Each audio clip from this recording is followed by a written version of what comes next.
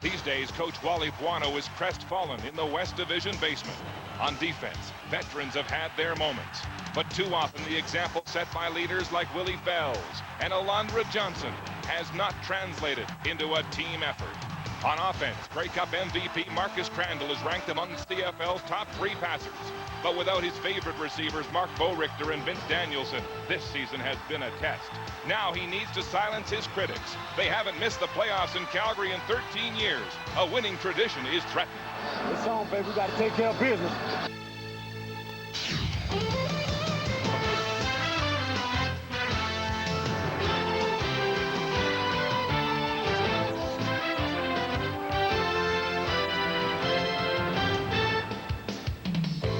CFL on CBC. Today, the Calgary Stampeders meet the expansion Ottawa Renegades for the first time this season. Both teams due for a win today, especially the Grey Cup champions, who are in jeopardy of missing the playoffs for the first time since they held the Winter Olympics here back in 1988.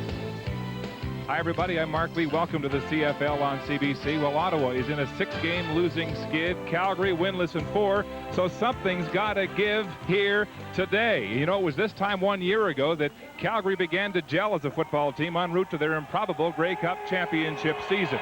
Well, they're looking for a sequel and excited by the return of quarterback Ben Sankey from the NFL, and he'll be ample motivation and competition for starter Marcus Crandall, who's yet to light a fuse under that Calgary offense. It's always competitive because you know he's behind you, or he knows that he wants to be a starter and things like that. But you know, like I said, we talk, and you know, we always trying to help out each other. You know, I want to play. You know, there's no question about that, and I would be lying if I told you I didn't. And just hopefully in the game today that I can just go out there and play my role, whatever role it's going to be. And the Calgary quarterback will have to keep an eye on this man today. Derek Ford is back from an ankle injury at rush end for Ottawa. He's number 2 in the CFL with 8 sacks, and he can cause panic in the pocket. Chris Cuthbert and Chris Walby will call today's game from the highest perch in the CFL, joining us from just above row 70, gentlemen. Yes, Mark, no guarantee we will see Ben Sankey today, but the Stamps will deploy Antonio Warren to charge this offense. Well, good word, charge. But what he is, he's going to spark this team right now, trying to get him off this 4-game losing streak. You know, he's got 29, 24 all-purpose yards. He led the league, but the biggest thing, he can run the football as a running back and a very respectable 6.3 yard per carry average last year. And the Renegades have a newcomer they feel can ignite their offensive attack. Well, he really electrified Saskatchewan's offense a couple of years ago, went down to the NFL for a long cup of coffee. He's back now. They're really excited about having his speed on the outside to complement the other one, Jimmy Oliver, and that'll open up for the big boys in the middle. Yes, and they are big, like 6'6" Malcolm Johnson, who looked good in his debut last week. You know what? He only had 4 catches for 17 yards, but the thing he really impressed me with, Chris, was his blocking ability. Did a nice job of opening up the hitch pass, allowing the receiver to get to the outside of the football field. Speaking of size, let's check out the big man's Canadian Tire game notes. Well, I'll tell you what, if you're Ottawa, you want to win football games, you better eliminate the turnovers. 4 interceptions is way too many. On defense, hey, you've got to eliminate the big plays. You can't allow an offense to score 2 touchdowns on you in the last 4 minutes of any football game. For Calgary, oh, I love these big boys. The O-line, you got to open the holes for running back, but more importantly, you got to give time to Sankey or Crandall, whoever's in there, to throw the football. And on defense, hey, have I lost my mind? No, catch the football. They've only got 6 interceptions, the lowest in the CFL. They've got to take advantage of every opportunity they get. Game notes brought to you by Canadian Tire. Let's get started. Here's what's on the marquee for today's halftime show. Ottawa linebacker Kelly Wiltshire joins the big man for his pro tips this week, talking tackling. And Calgary quarterback Marcus Crandall is featured on Canadian Football Heroes. The Grey Cup MVP has learned to never give up, even when times are tough. It's a great day for football here in southern Alberta. Temperature 16 degrees, a forecast high of 25, a slight wind out of the south, and sunny all afternoon. As Ottawa and Calgary meet for the first time this year. We're ready for the kickoff, and once again, Chris and Chris. Joe Pow undaunted by last week's heartbreaking loss to Toronto. He felt it was the best his team had played in quite some time. Wally Buono can't say the same about back-to-back losses against the Edmonton Eskimos. He said yesterday, we need to stop talking and start playing. little extra edge in his voice yesterday preparing for this game. And I like it. He says, I'm glad the players look like they're having fun, but hey, football isn't fun unless you're winning. There's the newcomer, or the returning Antonio Warren, and he will get a chance to make an immediate impact. Lawrence Tynes with a booming kick into the end zone, and Warren is going to concede a single point. Joe Paupow told us before the game he's so impressed with Tynes' leg, we might see a 60-yard field goal attempt in this game. Well, remember Tynes last week talking to him, he was hoping the offense wouldn't score. He said, let me do the scoring. And he's that confident, and as you say, tremendously strong leg. Well, let's see what Marcus Crandall can do to respond after last week's loss against Edmonton when he passed for only 166 yards. Mark Norup is the injured Rough Rider as he pulled up lame on that kickoff by Tynes that has staked Ottawa to a quick 1-point lead. Set the Calgary offense for you. Well, you can see Crandall, Reginbald, Kelvin Anderson having a great year at running back. Laura Johnson inside, Blair, Kamal Peterson looking for a breakout game at wide receiver. And a big offensive line. Crysdale, McNeil, Singh, Pilon, and Childress taking a little heat right now, but looking to turn the tide. Wally Buono felt that was going to be one of the strengths of his team coming in. And Mark Nora stays down. So some early running back concerns for Joe Paupow, who will also unveil a newcomer to that backfield today. We'll see diminutive Archie Turner, the former Toronto Argonaut. He'll be a kick returner for Ottawa today, and also will line up as a running back in the backfield as Nora makes his way gingerly to the Renegade bench. When we talk about the newcomers, back comes Warren, back comes Sankey, players that were part of that championship team. You wonder if that will provide a psychological lift today for these Stampeders. First play from scrimmage is a short drop and a catch by Rob Johnson, who was shut out last week as the helmet knocked right off his head as Vernon Mitchell makes the tackle. Well, Vernon Mitchell's not going to make any mistake. He wraps up and he puts it as he drives Rob Johnson to the ground and removes his helmet. Take a look at that defensive line from Ottawa. Wayne, Moulton, Derek Ford back in the lineup. Cromartie at the end. Wiltshire, Troy Asbell taking the place of David Thomas, and of course Carter Vaughn, Roundtree, Mitchell, and Ricky Bell, the ex-Stampeder. 2nd and 7, the blitz by Wiltshire, ball up for grabs and tipped and falls incomplete. Kelly Wiltshire was coming hard on the blitz for Ottawa. Well, I think that's one of the things you have to do, and you have to get after the quarterback. You don't want anybody to get comfort. You can see him just coming from the top of your screen. Just comes over there, forces the ball, a little throw, but nice coverage. You see Gerald Vaughn right in there. Triple coverage, a lot of receivers in one group right there. Nice job deflecting the football. Vaughn, a former Calgary Stampeder. Duncan O'Mahony in to punt the football away. And Archie Turner is back to receive. And the Renegades high on Turner as their new kick specialist. Let's see what he can do. Turner, who spent some time in the Toronto camp, driven back inside his 20, but a positive return, and he's finally taken down at the 35-yard line. Reginbald made first contact, but he's still got 15 on the return, and Aldi Henry finishes off Archie Turner. So here comes Chuck Clements, who was made his CFL debut last week and got mixed reviews. He was distraught, devastated after the game because of those 4 interceptions. Well, you know, they're pretty happy with the way he played last week. For the first time he's, you know, being a starter in 3 years. He wasn't. He's very much a perfectionist, takes it much to heart. Actually met with Joe Paupow after the game to explain the fact that he was not feeling well about the way he performed and wanted to, he just assured him, I will play better. First down at the 35, and the give is to Roddick, and he pounds straight ahead to the 45, close to a first down. Roddick, who had 133 all-purpose yards last week against Toronto. Well, Clements, Nora, Roddick at the running back, who just made that nice run right there. I mean, really moving that football. Williams and Johnson, the 2 big slot backs. Reggie Jones, a new wide receiver, and Jimmy Oliver with that big game last week. Dittmet, St. Germain, Coulter, Abu Mekrek, Chris Burns rounding out a good offensive line. Ronick gets the first down. Darren Joseph was in the backfield for Nora, and here's Ronick. Big hole left side. Greg Frers, the safety, has to push him out at the Calgary 38 as Ottawa establishes an early ground attack. And one of the things that Coach Powell said, he said, you know, hindsight's a wonderful thing, but looking back at that game last week against Toronto, we should have run the ball more. And this is why. Great seal job of allowing him to get to the outside. He gets around there, and of course, this guy, a little bowling ball that he is, does the rest and takes it up and deep into Calgary territory. 28 yards, the longest run for Ronick this season. Joseph lined up as the fullback. He went in motion. 1st and 10. Clements with some time, looking deep. No one home for the Renegades. And that ball falls incomplete. He was looking for the newcomer, Reggie Jones.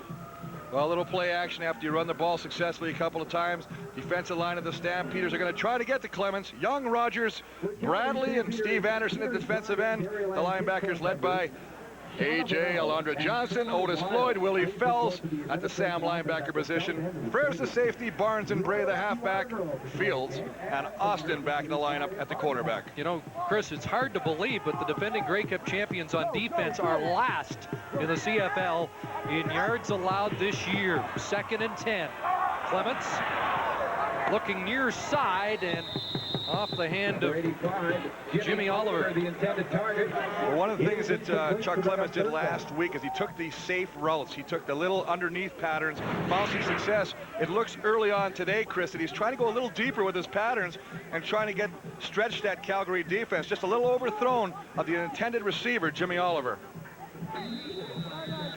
Yes, he felt he was too conservative in his debut last week. Well, he looked at the film and he noticed a couple times that the slot backs, whether it be Johnson or Williams, wide open down the seam or the center of the football field, he never had an opportunity to get the ball to him. Here's Lawrence Tynes to attempt a 45-yarder. Tynes hit 2 last week, and he is 3 for 3 as a CFL kicker. And the Renegades, impressive early scoring drive.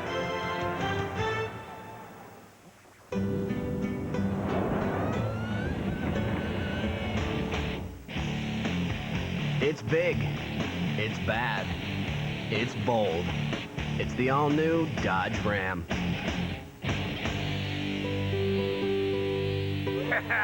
Now everyone will see our family crest.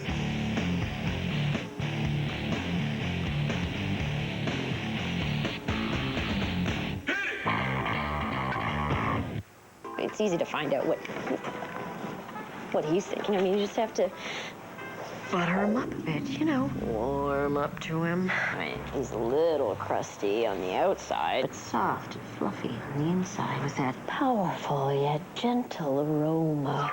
Awaken your senses with a toasted and buttered cinnamon raisin bagel from Tim Hortons. Try any bagel and a medium coffee. Delicious.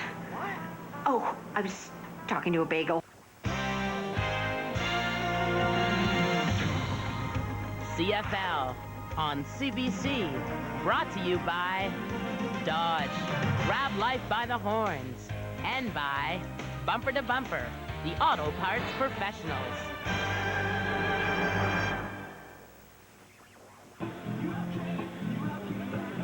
Back at McMahon Stadium in Calgary, and an update from the Ottawa sick bay. Mark Nora sprained his left ankle on the opening kickoff. He told me he never gets his ankles taped for game action. Now he must, because the ankle is sore and sprained, and so they'll tape that ankle up, and he says he'll be back.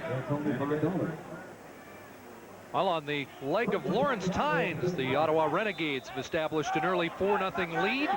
Marcus Crandall sends 4 receivers to the right side, and now Kelvin Anderson with a carry across the 40, close to 6 for Anderson, and that puts him over 8,000 yards in a distinguished Canadian Football League career. Well, wonderful job. He's always there. He has been the one bright spot on this Calgary offense. Kelvin Anderson is always here, ready to play. And again, busted up the middle behind that right side. Singh, Pilon, and Crysdale, and picks up good first down yardage. Look at how consistent those numbers are. 6 consecutive 1,000-yard seasons. And he starts the day 61 yards back of Troy Davis. in the running race. He has never won a CFL rushing title. Came into this game 4th, has a first down here, and could establish the lead in the league. Well, even looking at that stat, I mean, when you think about who he's tied with for a consecutive 1,000-yard rushing season, I mean, George Reed. So when you get a chance to pass somebody of that caliber, boy, I tell you what, you're really doing something special. When asked about Antonio Warren coming in and maybe sharing the running duties, he said, you have to pace yourself when you're the only guy for 60 minutes. He may be running harder knowing that Warren can spell him today. And there was Antonio Warren and Donovan Carter, the fine safety of the Renegades, with the tackle. Well, one of the things that happens if you're going to run the football a lot, they cheat up with the linebackers and the safety. The safety comes through. Just going to come from the bottom of your screen. It's going to come right there untouched. One more man than the offensive line can possibly pick up. He comes free, makes the play in the backfield. So it's a loss of 2 for Warren on his first carry. And 2nd and 12 for the Stampeders. 3 receivers either side, the 6-pack for Calgary, and they dump it off underneath, and Kamau Peterson is blasted by John Amazing Grace, and he certainly has been amazing in his Renegade years. He's been phenomenal on that defense. I tell you what, I mean, he leads the team in interceptions and tackles, fumble recoveries, but Derek Ford is going to apply the pressure. He's going to be working against Fred Childress. So he gets underneath them, get underneath them, because they say if you can jack the head, where the head goes, the body will follow. Puts a little pressure on him, but all Ottawa did on that play, they only rushed 3, dropped 9. So that forces 3rd down.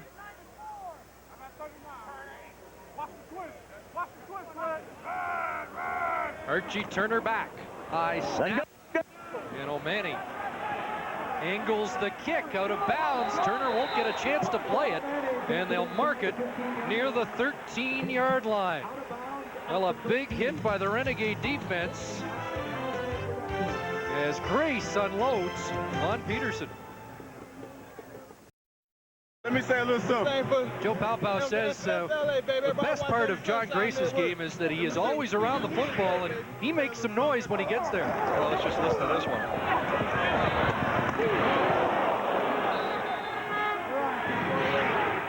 That'll tighten the chin strap of Kamau Peterson.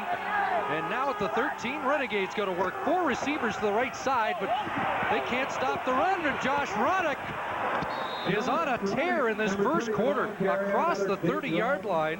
That's his 3rd first down run of this opening quarter play. Well, what good running backs, and Roddick is one of them right now, does. He does a great job of cutting back. He goes to the left, it's not there, he cuts it back, and he beats Steve Anderson. Now, we know Steve Anderson is not 100% healthy, and you take a look at how he beat Steve Anderson coming inside. Steve really made no attempt to try and tackle him on that play, and you wonder if the knee is maybe giving him a little bit more problem than he let on. He already has 47 yards on the ground and a first down, a little breathing room for the Renegades on offense. This time play action.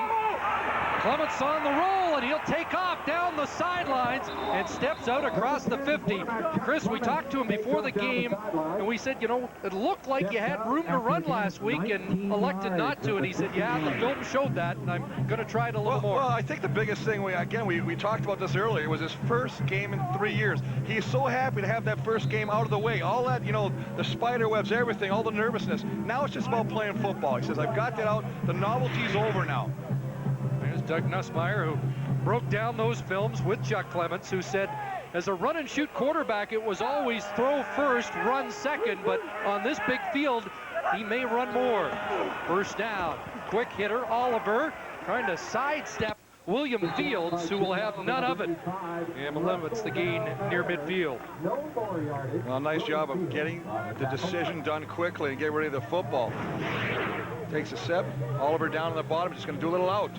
5-yard out, get the ball, and then try and beat the defender. Willie Fields in his play, can't do it. Nice job of tackling AJ to come over, wrap him up, but a nice job of spreading that defense out side to side. 5 yards on the catch by Oliver. 2nd and 5 for Chuck Clements and the Renegades.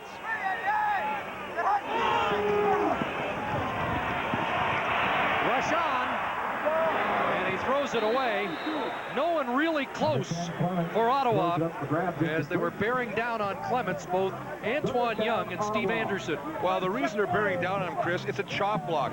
The whole idea of this play, as you watch the O-line, they're going to cut. See how they go down and try and cut the defenders? That's to get their hands down. But again, the pass has got to be gone. You can't hang on to the football when you're employing that kind of pass protection. As a result, the defenders get off the blocks. Now it becomes a race, and you got two guys there ready to meet Chuck Clements and unceremoniously throw him down to the ground. Glenn Harper into the game. Celebrated his 40th birthday on Thursday. And here's Warren. Set for his first punt return. A flag down. Ball angled into the corner, and Warren from his 5. And Antonio Warren up close to the 18-yard line. A 50-yard punt by Glenn Harper, and will sort out the flag. Jake Ireland in charge of proceedings today. Offside against Calgary. It was 3rd and 5, so we may measure here to see if the Stamps have given Ottawa and you know how they do on the field goals, they do the shift? That's exactly what they did on the punt team. The outside guy goes down in a 3-point stance, snaps down. Offside, Calgary number 85, repeats 3rd down. 85, Brian Nugent, the rookie out of York. Just moves down, you can see gets down. Nugent jumps the ball, but on the other side, they had a guy go down a 3-point stance. And when they see that, your synapses are cooking already. The reaction, they just jump. Your what's cooking? Synapses. It's another word, one a week. Now, it looked like Nugent might have been lined up offside. You saw Otis Floyd try and pull him back, and there it is. They're less than a yard short of the first down. And I think Joe Paopao is going to send the offense back on the field. Well, they'll bring in the big boys, Delaparel, and the big man, the number 1 draft choice, number 66, Gauthier from Laval, 6'7", 330 pounds. These two big guys playing tight end. There's a lot of beef on the outside of that offensive line. They're really excited about the future of Gauthier. They don't want to force anything too quick. He's a development guy who was the number 1 college pick for the Renegades. And here we go, 3rd and less than a yard. Handoff inside, and I don't think they got it. Mark Nora back in. Not much spring in his step, and it was shut down. Melvin Bradley slammed the door shut. Well, a nice job of getting underneath the offensive line. You know, we talked about the O-line, but they get underneath him, and look at this, sheds him. Now he goes to the hole. There you see Bradley, number 74, gets inside of his block on the right side, makes the play. Now here comes the crucial measurement. It all comes down to where they spotted the football. That close, but the Stampeders hold. After a bad offside call that gave Ottawa a chance, the defense redeems itself. Well, nice job of the interior of that line, just coming off the block. You can see him right there. He's just going to come through right there. The blocker has to protect inside out on short yardage. You don't want to come inside of you, especially when you're running it up that 0 hole or right behind the center. You know, prior to the start of the game, Chuck Clements said to me, boy, their front 4 is pretty impressive. He liked what he saw on film.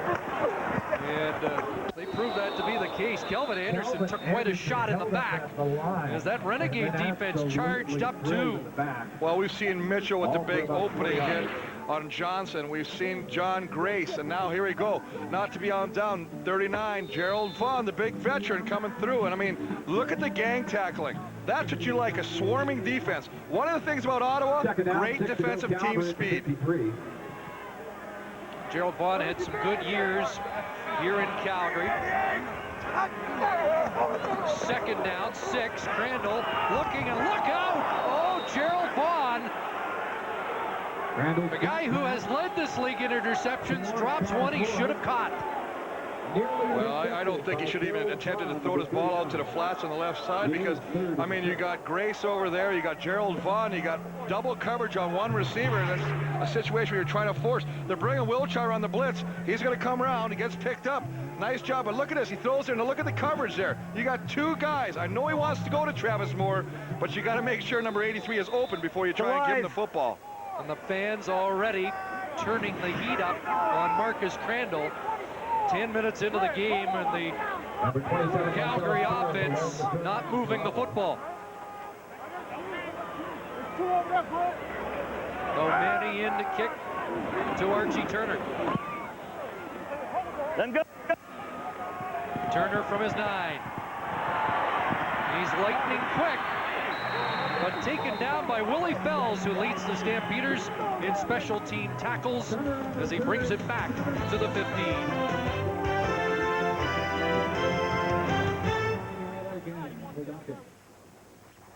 He gonna have to come all the way over because that's taking me out. When they take me out, we have no linebackers. Alfonso Roundtree conferring with Kevis Reed on the sidelines. They want to make sure all the signals are straight. Well, special teams are a big part of this football game. And boy, I tell you what, you see Gerald Vaughn on the right of that. I mean, he's got the record for blocked punts. I mean, that's a guy you always got to account for. Ottawa starts at their own 15. Here's Ronick again. Gain of 4. Alondra Johnson with the tackle, the middle linebacker, as we join Mark Lee. It's Chris on the Calgary sideline with Kelly Malvo, sidelined this week after learning that he's suffering from diabetes. Kelly, can you tell us what was wrong? What did you feel? What symptoms led you to believe or at least seek medical assistance? Well, I just noticed over the last couple of weeks I have been losing quite a bit of weight, and I have been overly thirsty. And I went in and talked to Coach Patty, and he just told me that I needed to go get a blood test. Some blood work done, and I came back to my sugar levels was high, and then I got admitted to the hospital the following day. Your teammate Chris Hoople is a diabetic and playing with that condition. How are you able to go on now? When will you come back? I'm not sure. The doctor just told me once I get everything under control and learn how to manage it to the best of my ability, that's when I'll be able to come back. So maybe next week, maybe the week thereafter. I'm not quite sure. We'll get well soon. Thanks, Kelly. Thanks a lot. Chris? Kelly Malvo with 3 of Calgary's 6 interceptions on the season, and Chuck Clements and the Renegades just dodge a bullet as that fumble was, for Ottawa, fortunately recovered. Well, nice job of pressure. I mean, Antoine Young, the newcomer to the defensive line, who they feel is really going to be a star in this league, gets around the corner, gets a hand on Clements, and very fortunate for Chuck Clements to get that ball back. It flies. Nobody so knew. Glenn Harper stands in his end zone to punt the ball away. Let him go. Aldi Henry on the rush. And this is Kelvin Anderson across midfield. Donnie Blair on the return, and there is a flag down as well. There's a flag down. 43-yard punt, 8-yard return. Well, you see him talking to Jason Carlton. I mean, that's usually a sign that it's against the returning team. Calgary number 29, first down. William Fields, the culprit.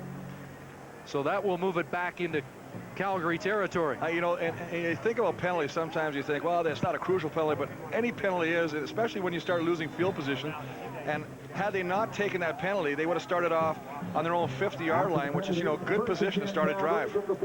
Neither team has been able to get their aerial attack in gear so far this afternoon. Marcus Crandall back to work, and the shovel pass inside, and Anderson up to the 41-yard line. John Grace was bearing down on the quarterback, Troy Asbell, the new middle linebacker, with the tackle. Nice job of getting off the blockers. I mean, you know your middle linebackers, they have to get somebody on him. But you see Grace at the bottom, number 7. He's going to come up. Now he forces. He's got to take the quarterback. They shovel a pass to the inside. 90's working on him right there. But the middle linebacker, Troy Asbell, nice job of filling the hole after a 5-yard gain. The goggled middle linebacker limits the gain to 5. Flag down. There is a catch to Travis Moore. Wrapped up and tossed down by Gerald Vaughn. It would be a first down, but we'll wait for the penalty.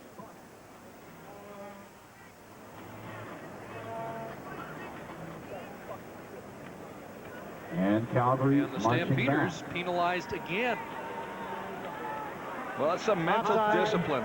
Calgary number 83, repeat second down. And it was Travis Moore. Well, probably one of the reasons he got it. You can see, right, you know, he's just going to go. Now, there he is. He's just going to jump the line right there. He's got a good jump of 5 yards. So it's 2nd and 10. Ball back to the Calgary 41.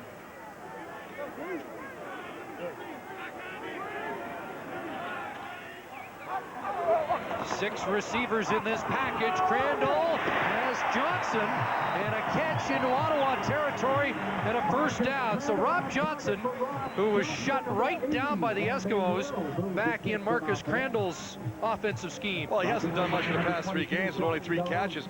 They're expecting more. They think he's a big-time, big-play receiver. Nice job of working and getting to the inside of Alfonso Roundtree, finding the opening, and the ball delivered right on the money.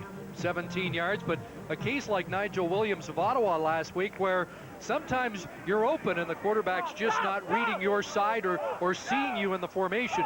And it always helps when you start distributing that football and getting all your receivers involved in a football game. They stay with the 6-pack, and Crandall pulls it down and takes off, and he'll have another first down at the Ottawa 40-yard line. John Grace again on the tackle.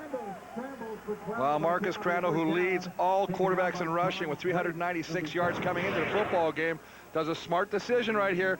Looks down, doesn't force the situation. Tuck the ball, pick it up. It's all positive yardage at this point. So 12 on that run by Crandall. We talked a lot about that Labor Day, how Wally Buono has encouraged his quarterback to use his legs, help stretch drives with his running ability. Anderson inside, and there was no room there. Wiltshire, Grace, the linebackers there to fill the holes once again. Well, the linebackers are playing so tight to the line of scrimmage behind the defensive line that they just simply outnumber the blocking offensive lineman and fullback of the Calgary Stampeders, making it really difficult for Anderson to find a hole. So no gain on the play for Anderson. 2nd and 10. And we are seeing a lot of this Calgary 6-pack. Looks like Calgary offside again. A ball incomplete in the flat for Anderson. Again, it looked like the receivers on the left side might have been astride over the line before the ball was snapped. Well, there's just no excuse for this, and as you say, exactly, Chris, a receiver, top, jumping the gun. You got to be all on the same page, especially when you're starting to put something together offensively. Stop killing yourself. Offside, Calgary number 83. Decline, 3rd down. Once again, Travis Moore. And the penalty declined, and that was the final play of the first quarter. It was a good one for Josh Roddick and the Renegades, who have a 4-0 lead.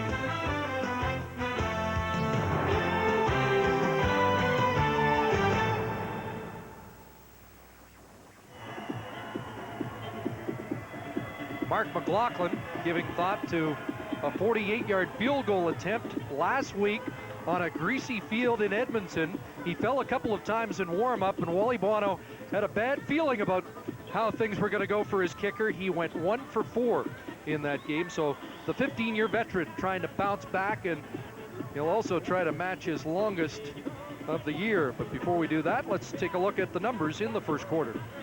Well, I'll tell you what, entertaining first quarter, 4-3 first downs. Yards passing only 5 by the Renegades, but the big rushing advantage. They're running the ball a lot more, and that's one of the things that Pawpaw said he wanted to do. Time of possession pretty even. 1 turnover by the Ottawa Renegades. Tynes with a kickoff single and a field goal, and now McLaughlin trying to provide Calgary with its first points of the afternoon. And go.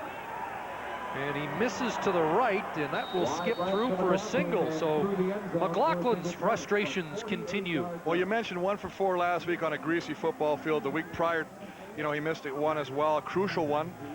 You know, he's 2 for 6 last 2 weeks, but you know what? The kickers are streaky. When they find their groove, as we all know that Mark McLaughlin can, previously he was 11 of 12, Chris, so he can do the job. 2 for his last 7. He'll confer with Duncan O'Mahony. And a 4-1 Renegade lead. They'll take the football at the Ottawa 41. It's funny, you talk about Duncan O'Mahony. Of course, he does some work as kicking the field goals. And they asked him what he might do, and he says, when Mark asked me to. When Mark gives him the word. They say that probably will not happen this year. Ottawa to work. They swing it out. There's Roddick, who drops the ball. And it's fielded by Frères, who steps out. Calgary football on the turnover as Josh Roddick coughs it up. Made the catch and then fumbled it away. My name is Max and I'm a champ. My foot got caught in a lawn tractor accident. I wear my artificial leg to play soccer, to run, and lots of other stuff. If it can happen to me, it can happen to you. I go on safety walks and tell other kids to play safe. Did you play anywhere near this busy road? No! Spot the danger before you play. Play safe. Calvin Anderson on the first rush after the Stampeders forced the turnover. Calgary second last in the league in takeaways on the year. Josh Ronick kicking himself for his third fumble of the season. Well, just going to slide him out into the flat right there. Chuck Clements gives him the ball. He gets down, he tucks it, but nice job. Bray gets in there and with the right hand punches the football out. And Deshaun Austin with the key recovery. Well, Ronick had problems earlier in the year and said it was so uncharacteristic. He went through a college career where fumbles weren't a problem at all. Here's Antonio Warren, gaping hole, and he's got breakaway speed down to the 15-yard line. And that's what the Stampeders were hoping for with the return of Antonio Warren. Well, Antonio Warren gives you something that Calvin Anderson does. Calvin Anderson's going to run at you straight north-south. I mean, Antonio Warren's just going to make you miss. Does a nice job of cutting it back, getting around, getting outside, and then it becomes a foot race. And a nice job of Donnie Ruiz to finally bring him down, but not until he picks up great yardage. A 42-yard romp by Warren, who played well in New York Giant camp, scored a touchdown. Crandall under pressure, down he goes. Donovan Carter, the safety, finishing off Marcus Crandall. Keaton Cromartie just coming around the corner. I mean, you got to give your quarterback time. We talked about the offensive line be one of the keys. McNeil's trying to get out there. Now he sees John Grace, number 7, coming on the blitz. He goes, but he passes up. Number 56, Keaton Cromartie, the defensive end. Always block inside out. Make the last guy be the free guy. Doesn't on that play. As a result, a sack occurs. 2nd and 18.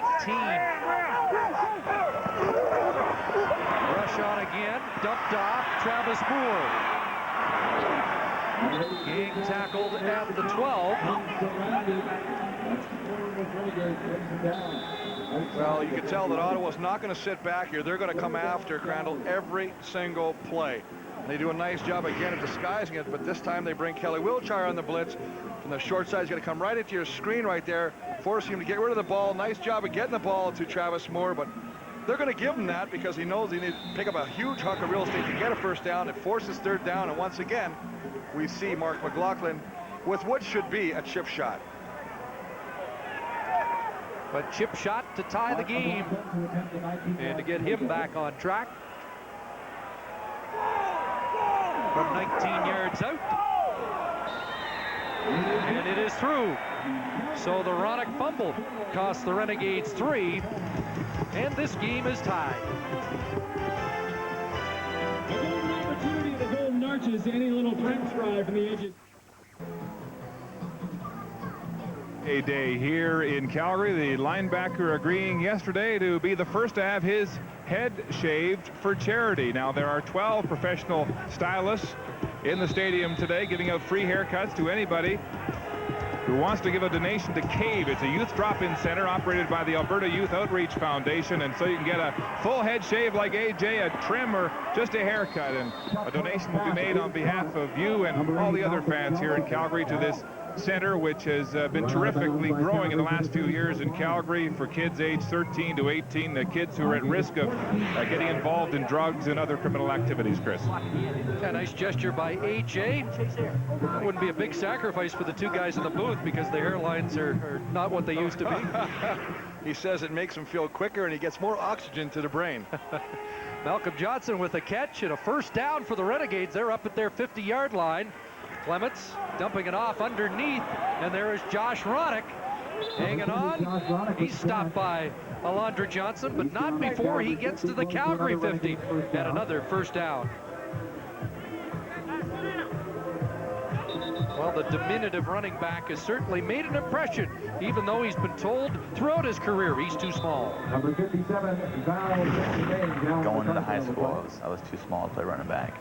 Coming out of high school, I was too small to play college football running back. Coming out of college, too small to play in the NFL. You know, whatever. I've heard it all my life, but you know, that's just more fuel to the fire for me. People telling me that I can't do something, I'll prove you wrong. Well, he really has been outstanding since replacing the injured Darren Davis. In fact, if you combine his totals with that of Davis at the running back spot, it's just about equal to that of Kelvin Anderson. I love what he said before the game. He said, if I had a nickel for every time someone told me I was too small to play this football game, I'd be a millionaire right now.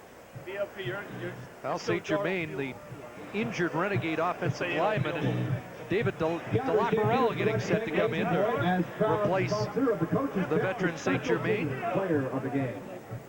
Well, St. Germain getting banged up as you see him right there. He's just basically going to go, and he's leading the way on the little screen right there. And actually, Ronick, who was a wrestler, and every time he feels he's going to get hit, his peripheral vision on this time, he doesn't even know it's his own teammate, drops his shoulder pads to accept the hit, actually catches his own teammate, St. Germain, in the leg and side of the knee. And as we see St. Germain kind of gingerly walk off, you know, this is a big, tough guy, this guy right here. He'll be back. You can't keep these hoggies out of the game.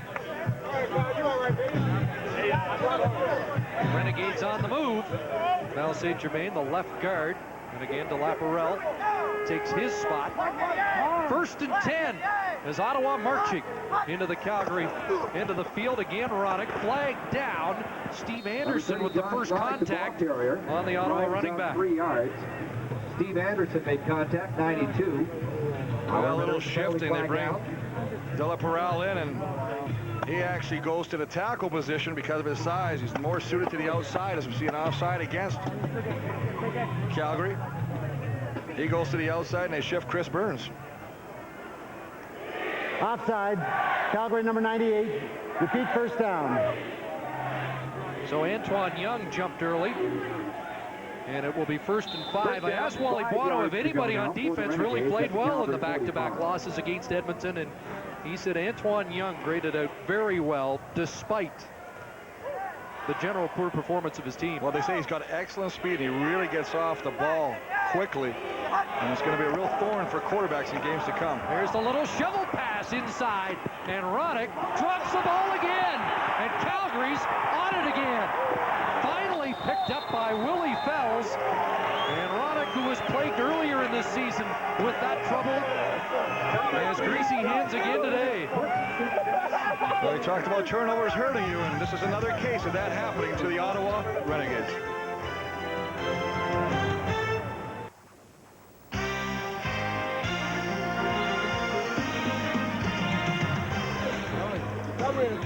William Fields knocked the ball loose. Josh Ronick has copped it up twice in this first half. You got to hold on to the football, but the biggest thing is, you know, they're going to try and go after that football. Now take a look. Now you're going to see right there as he runs there. Look at William Fields' hands. 29. He rips the football. That's what they're taught to do as defenders.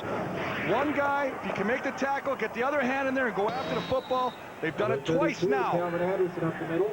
Ronick also fumbled the ball twice in a loss against the Montreal Alouettes in late August, which the score turned out to be lopsided, but the game was very close, and the fumbles were very costly. Well, remember where you fumble.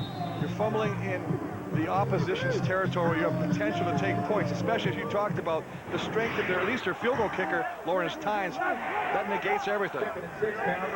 Kelvin Anderson had 4, and it's 2nd and 6 for the Stamps. Randall looks wide side, and he has Ibton Kara up at the 50-yard line. The Canadian slot back with his first catch of the afternoon. Well, his first catch since July 25th. I mean, he's happy to be part of this receiving corps again. He thought he was a forgotten man. Nice job of just getting one-on-one coverage. Goes out there, gets some separation from John Grace, who makes the tackle. And even on that tackle, you can see John Grace with the right hand trying to punch the football. They're really being coached up defensively, the Ottawa Renegades are, to go after that football. 15 yards on the catch by the former Ottawa GG. First down. And here's Anderson inside, breaking loose. Nothing but daylight to Kelvin Anderson down at the 20. So they've ripped off 2 big ground gains on the day, and that one goes for 40. Well, you know what happens, Chris, when you're going to run the football like this and you're going to play your linebackers tight. Once he gets to the line of scrimmage, look, there's all your linebackers. They're all up here right now. There's nobody back there. The next guy to get him is the guy that actually makes the tackle, Gerald Vaughn. That's the gamble you play by having your linebackers that tight to the line of scrimmage. Anderson's longest run of the year. So they've had a 48-yarder and a 40-yarder on the ground in this first half. First down at the 20. The fake to Warren. Crandall looking downfield, and the ball skipped in front of Rob Johnson. Rob Johnson, who's getting covered by Donnie Ruiz, does a nice job of trying to come back to the football. Marcus Crandall, I mean, a lot of people think this is underthrown, but he throws it where only Rob Johnson can actually catch the football. Nice play-action pass. You see Antonio Warren going in there. Throws it off his back foot, but he does a nice job. It's just a little short of the receiver, and I got to think that Rob Johnson, if he could come back one more step to that football, come back to your quarterback, you're going to make that catch. 2nd and 10 for Calgary at the Ottawa 20. 4 receivers to the wide side. Over the middle, looking for Kamau Peterson. Incomplete. Well, he had to get rid of that football in a hurry. They're bringing everybody. Wilchar, Grace, and Donovan Carter to safety. They're all on a full blitz. You can't pick them all up. It's a big play. It's a gamble by the defense. This time it pays. You see, they're all coming to the middle right here. Nice job. He's got to get rid of the football. Receiver kind of got a little crocodile arms there. I think he could have caught the football there, Chris. Yeah, it looked on that replay as if Rob Johnson was actually the underneath man, the intended receiver, and not Peterson a little further downfield. Yeah, but they teach you to be receiver. If the ball's in your area, catch it. Don't worry about who might, it might be intended for. And that play looks like he almost pulled his hands back down, thinking that the ball was going to go behind him. From 27 yards out, off the post, that's a dead football, no points. So Mark McLaughlin's trials and tribulations continue here. And the Calgary fans showing their frustration.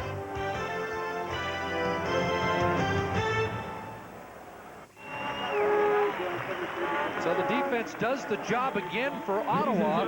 Calgary comes away empty. Well, I tell you what, they come away empty, but you got to make these catches. They bring the blitz. Now, look at this. Now, he's wide open. There he is right there. That's the intended receiver. There's the football. He's got to catch that. He pulls his hands down. You catch that football, you keep the drive going, you have a possibility of scoring a touchdown. Got to make those plays, Chris. Ball spotted on the 25, dead after it hit the upright. And the game remains tied at 4. Play action. Clements looking downfield, and the first time we call Reggie Jones's name today, the speedster out of Louisiana State. And the ball falls incomplete.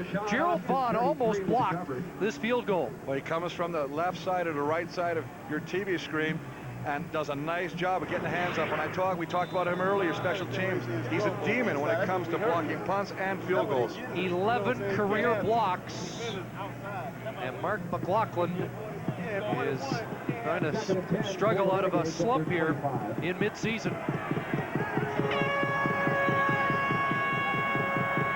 Second and 10. Clements with time, and that should have been picked. William Fields off his fingertips. And again, this Calgary Stampeders secondary has not been able to catch the ball this season. Well, another drop pass, and this is the biggest thing that's plagued this offense all year. They've had a running game, but you've got to come up with the catch when it's thrown to you. But, I mean, you don't have a chance to catch the football when you're throwing it to double coverage right there. I think the guy that had the best chance of catching it was William Fields. We talked about this being one of the defensive keys for Calgary. They've only got 6 interceptions. They've got to start catching the ball when they get an opportunity. As Calgary secondary had a chance there at William Fields. Of the players in the lineup for Calgary defensively, they have not had an interception since August 1st. Kelly Malvo's out, he has 3. And as a team this year, only 6. And it looks like a time count violation before Glenn Harper could punt that ball away. Well, you know, Wally was saying that's just this thing that's so frustrating. You see the opportunities they're getting. Time count violation. Ottawa number 18. Still third down. Well, Glenn Harper with the time count, but you see the opportunities your defense have to give your offense back the ball in great field position, and they just don't capitalize. The balls go off the hands, and it's almost like you start, how when receivers start dropping the ball, you get the jugs machine out, which fires balls at you to work on your hands. The secondary should be in there as well. Harper 5 yards further back. Antonio Warren from his 40. Flag down. And Warren down at the 50. Glenn Harper cranks out a 45-yard kick. Donovan Carter the tackle, and the preliminary indication, a penalty against Calgary. 47-yard punt by the 40-year-old Ottawa punter. Calgary number 26. First down. Anthony Malbrough, the newcomer in the Calgary special teams, the culprit. It's now time for the Closed captioning of this program is brought to you by GMC Envoy. Big Gulp, courtesy of our friends at 7-Eleven. First and 10. Well, the penalty you can see right here. It's right over there. He just pulls him down right there, and you can't do that. He grabs from the back of the jersey. And a good call by the referee. Crandall starts at the 30, looks over the middle. Travis Moore! And he should score! Travis Moore into the end zone, 80 yards. Touchdown, Stampeders.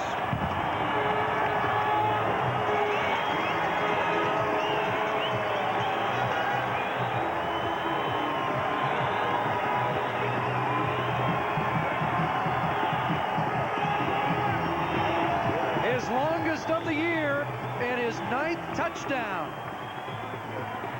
Well, just running a post pattern. Starting on the outside, working against Vernon Mitchell, coming back into the middle. Nice job of throwing the ball on the run, on a rope, to a fleet-footed Travis Moore, and he takes it the rest of the way for a big touchdown and some life in this Calgary offense. Only Milt Stiegel and Arlen Bruce have got more touchdown passes this season. A lightning strike to break a 4-4 tie. And McLaughlin puts it through to make it a 7-point Calgary advantage with 5:12 to go in the first half.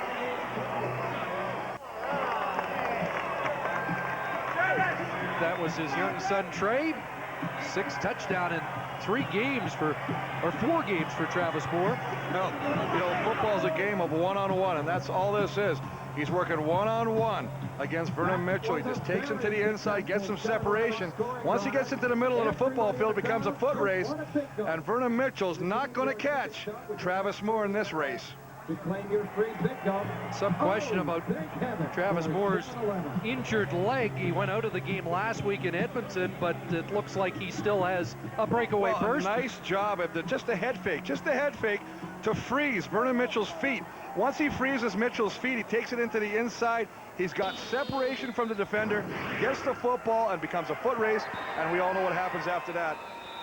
7 points. Ball falls off the tee. He did look like he was lumbering the last 10 yards or so. Well, I'd like to lumber so gracefully. You were poetry in motion.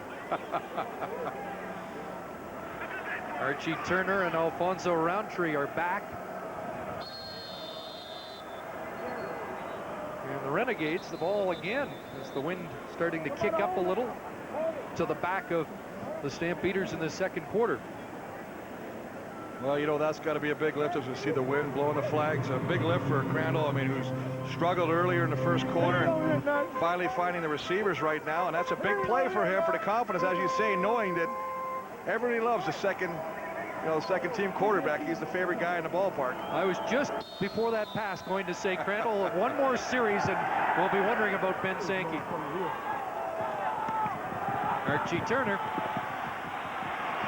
former track star, and look out if he can turn it upfield. Across the 50, cuts it back, and finally down at the 48-yard line. A 60-yard kickoff, 48 on the return for the speedster, Archie Turner. Well, had it not been for number 4, Dybert, to turn him back inside, that's exactly what you got to do. Nice job of receiving the football, Find the opening and then do what all good returners do. Accelerate. Outrun the grass. Then get to the open field. Now, he does a nice job. Number 4, Diver, does a good job of overrunning him, forcing him to come back inside where the rest of his teammates can take him down. An alternate for the United States and their 1996 Olympic sprint team. Best field position to start a drive for Ottawa at the Calgary 47, but they're backed up. Antoine Young stops running behind the line of scrimmage for a loss of 3. Well, the reason Antoine Young stopped him behind the line of scrimmage is because the big boys in the middle, Rogers and Bradley, stuffed the middle. He wants to take this up the gut. He's going now. He has to bounce it to the outside. Once you get those shoulder pads facing east-west, you're in trouble because pursuit's going to get you. The way you're effective as a running back is keep that pad level going north-south. 2nd and 13.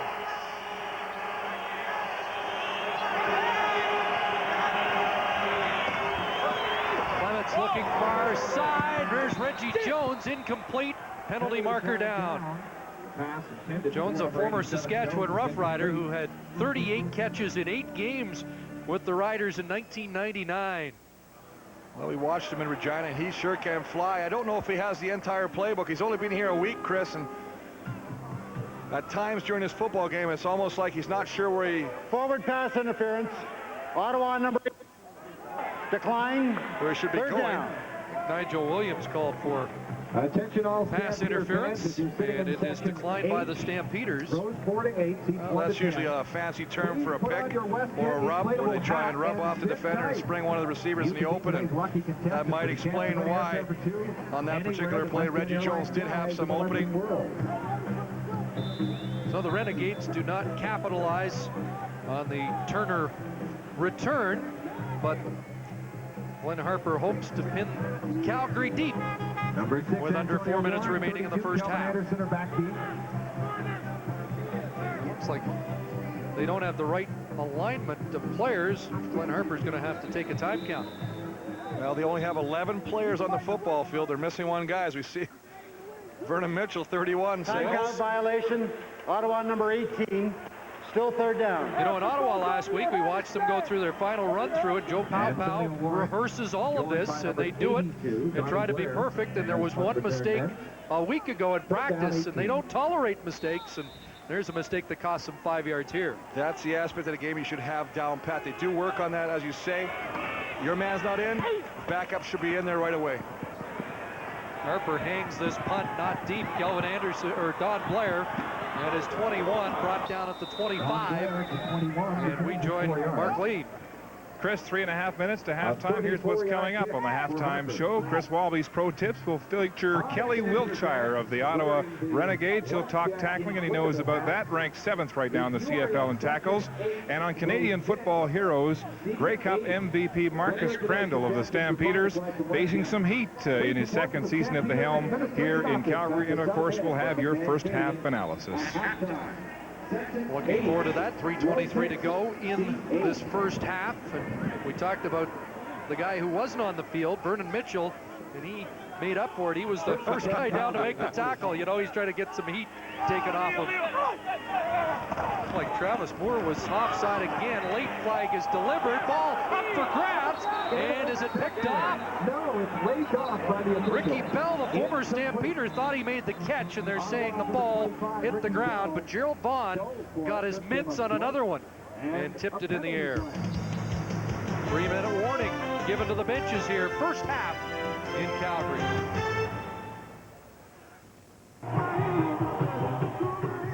Vernon Mitchell getting attention on the sidelines. He was the guy late to come out for the punt. Then he made the tackle, but our crack spotter Larry Mueller thought he might have been hurt on the Travis Moore touchdown, and maybe that's why he wasn't out on the punt coverage. We saw him pull up as he was attempting to bring down Travis Moore in that touchdown, and evidently the hamstring giving him a little bit of a problem. And nearly picked off there by his replacement, Donnie Ruiz.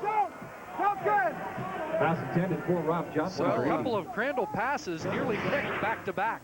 Well, after the last series, big touchdown strike to Travis Moore. The last 2 pass attempts over the head, and both almost picked off. And this one here, Donnie Ruiz would love to have back because he's going to have nightmares about that one. It's right in his hands. He's got to come up with that catch. Wilfred Laurier product, a native of Stony Creek. And so Calgary must punt. Should be good field position for Ottawa, trailing by a touchdown here late in the first half.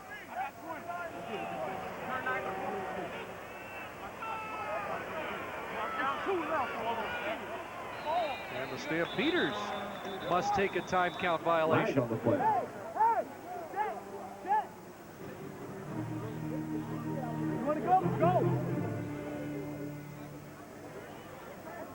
So there was a block alignment for Time count Ottawa. violation.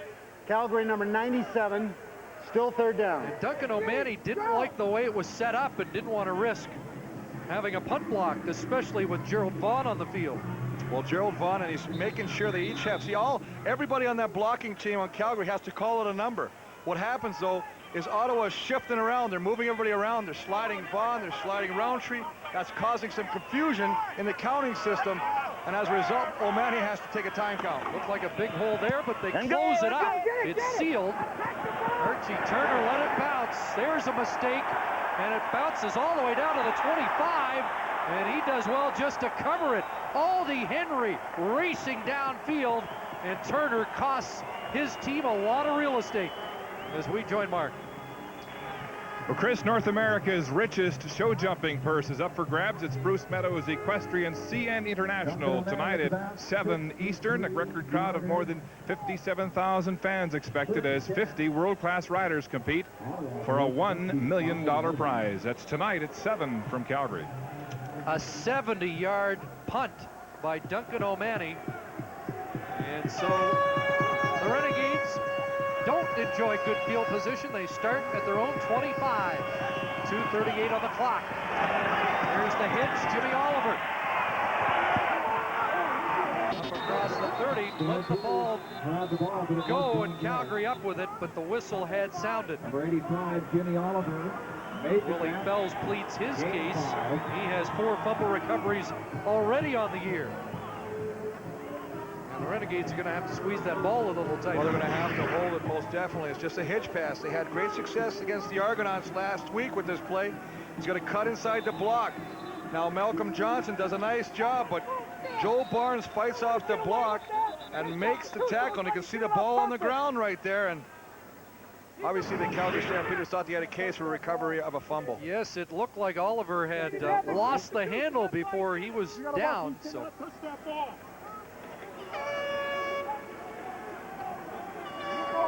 Well, as we see the referee come over and talk to the time people, you can hear the bench of the Renegades basically saying, hold on to that football. Start squeezing that rock.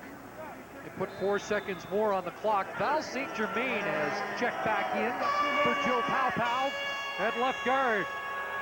2nd and 5. Clements dumps it off. Big Malcolm Johnson trying to get outside. And he spins across the 45 and finally gets over the 50. And you can hear the Stamps coaching staff a little upset with the poor tackling. Well, it was, but I tell you what, give credit where credit's due. It's a nice job. It's just a drag route across the middle. Malcolm Johnson, the big 6'6" tight end, he just comes across, put it in his hands. He gets to the outside and does a nice move for the big man. He gets around to Sean Austin, gets to the sideline, busts a tackle, a little spin move, and of course that's what brought about the heckling by the Calgary Stampeder defensive crew, telling them to wrap up and bring the big man down. 21 yards, the gain for Ottawa. First down, short pass, and Reggie Jones at midfield. Well, Reggie Jones with his first catch, just going to come back, a little slant inside, only picks up about 3 yards, but he gets to touch the football, and I think that's what they need to do is get it out there. They've really been trying to force the ball to Oliver. They know this man, Reggie Jones, has got big play capabilities. He's got great speed, and if you get the ball to the outside, that'll open up the inside, and that'll allow Malcolm Johnson and Nigel Williams to come into this football game. First catch for Jones, who was also coveted by the Stampeders. 2nd and 6. Clements looks down the sidelines and has Malcolm Johnson for another first down. Malcolm Johnson with a nice, just running down the sidelines, just working against Joe Barnes. gets separation. The ball was thrown nicely by Chuck Clements, just dropped in the bucket. Little play action. Puts it up and it drops it right in. He gets separation. He just kind of runs away from Joe Barnes. Joe Barnes obviously thought he was going to get some help back there. You got to wonder, Chris, they're going to Malcolm Johnson. They're going to the inside. Where is Nigel Williams and when will they go to him? First and 10. Under 90 seconds to go, first half. They swing it out to Roddick.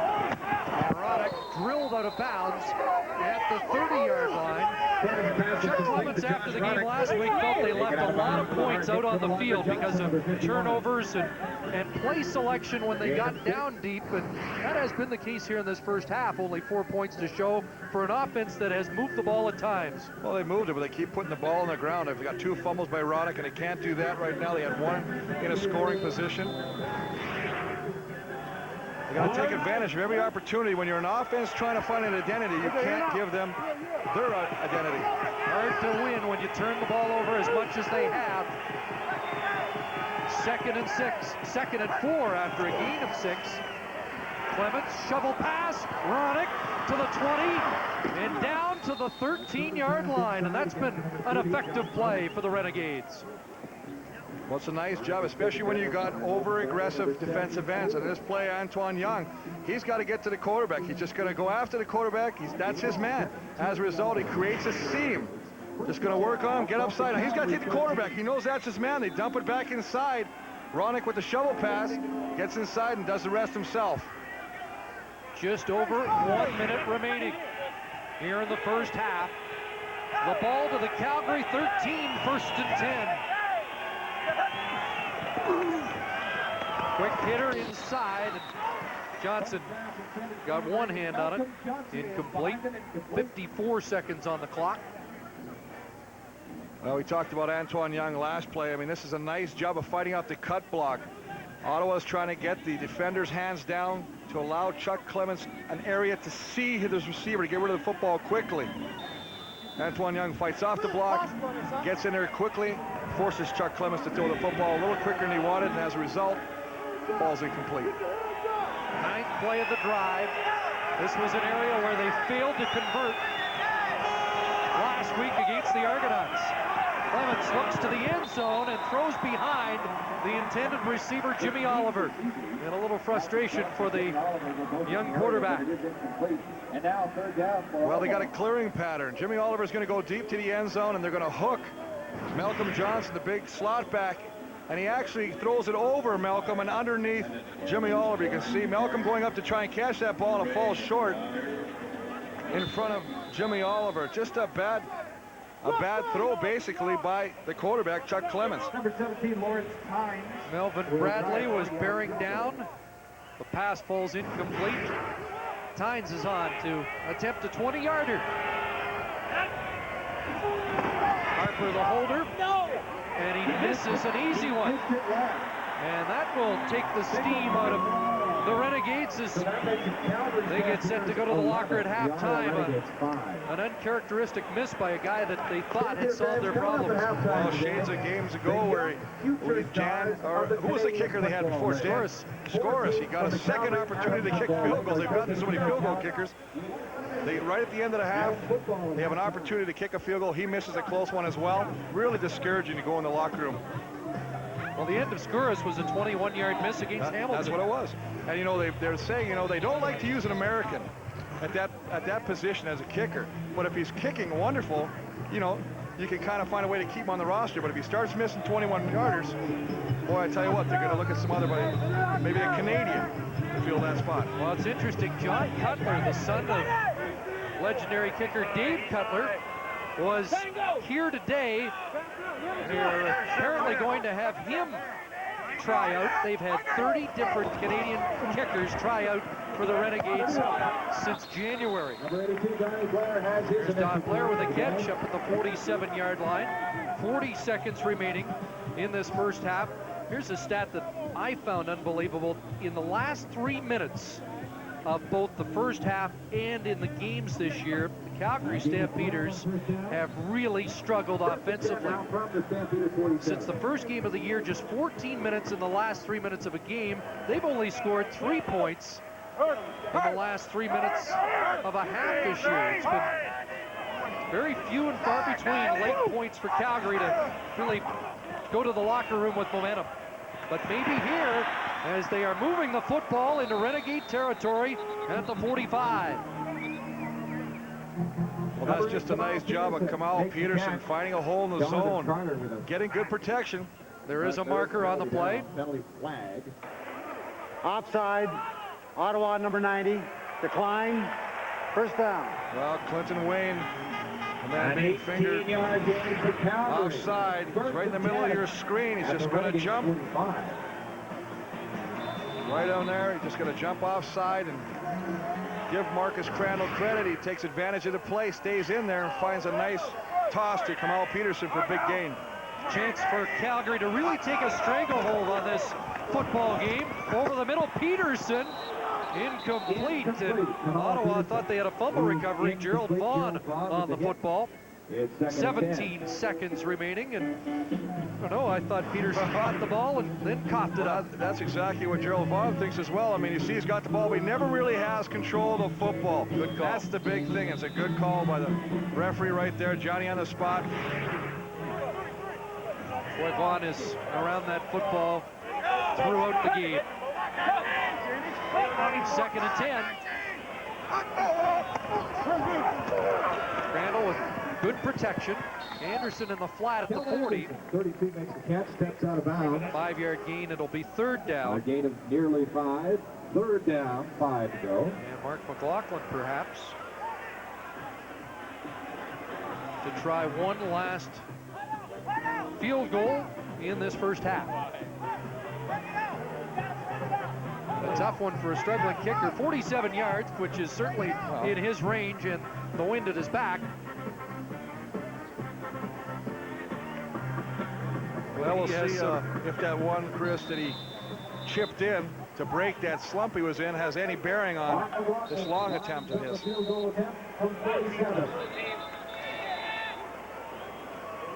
Timeout.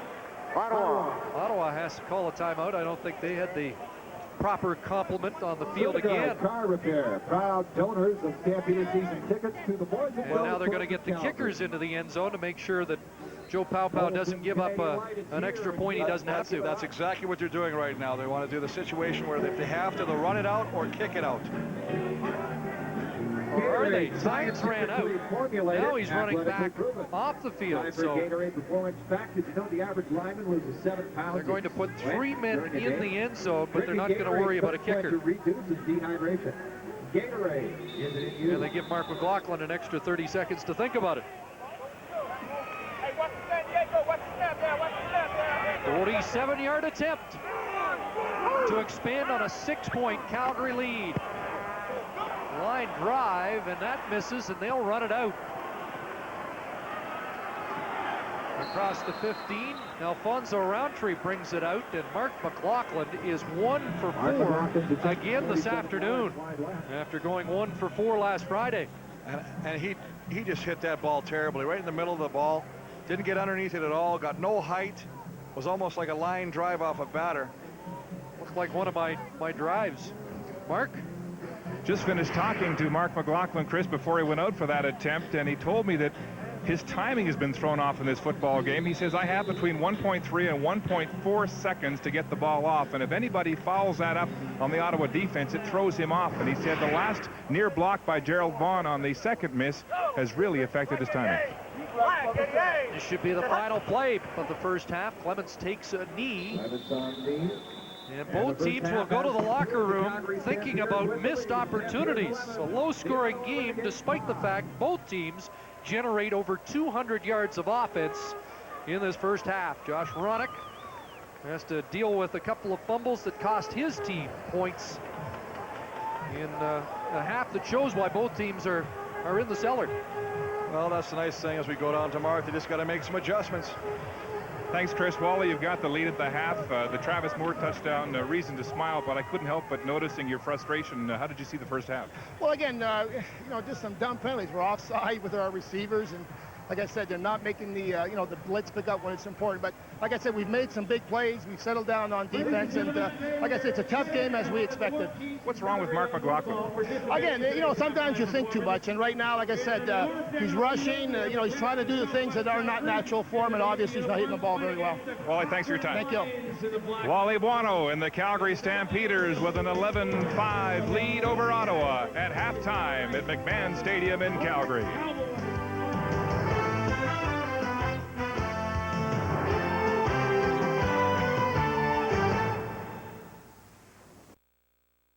Low-scoring first half of football. Well, when Marcus Crandall was named Grey Cup MVP 1 year ago, he knew he'd face enormous expectations this year. Heck, this town has grown accustomed to quarterbacks like Flutie, Garcia, and Dickinson. But with so many changes in the Calgary offense this year, it's been a struggle. And through it all, there's been no quit at quarterback. Canadian Football Heroes. Brought to you by Standard Life. On the football field, in practice, I'm not a rah-rah type of guy. Everybody knows that. I'm not a big talker. On game day, Marcus Crandall lets his actions speak louder than anything he might possibly say. And this is only my second year as a starter, and so I'm still learning myself, and I'm trying to continue to pressure myself and put things into perspective as far as, not taking anything for granted. Crandall learned his craft backing up Danny McManus in Edmonton in the late 90s.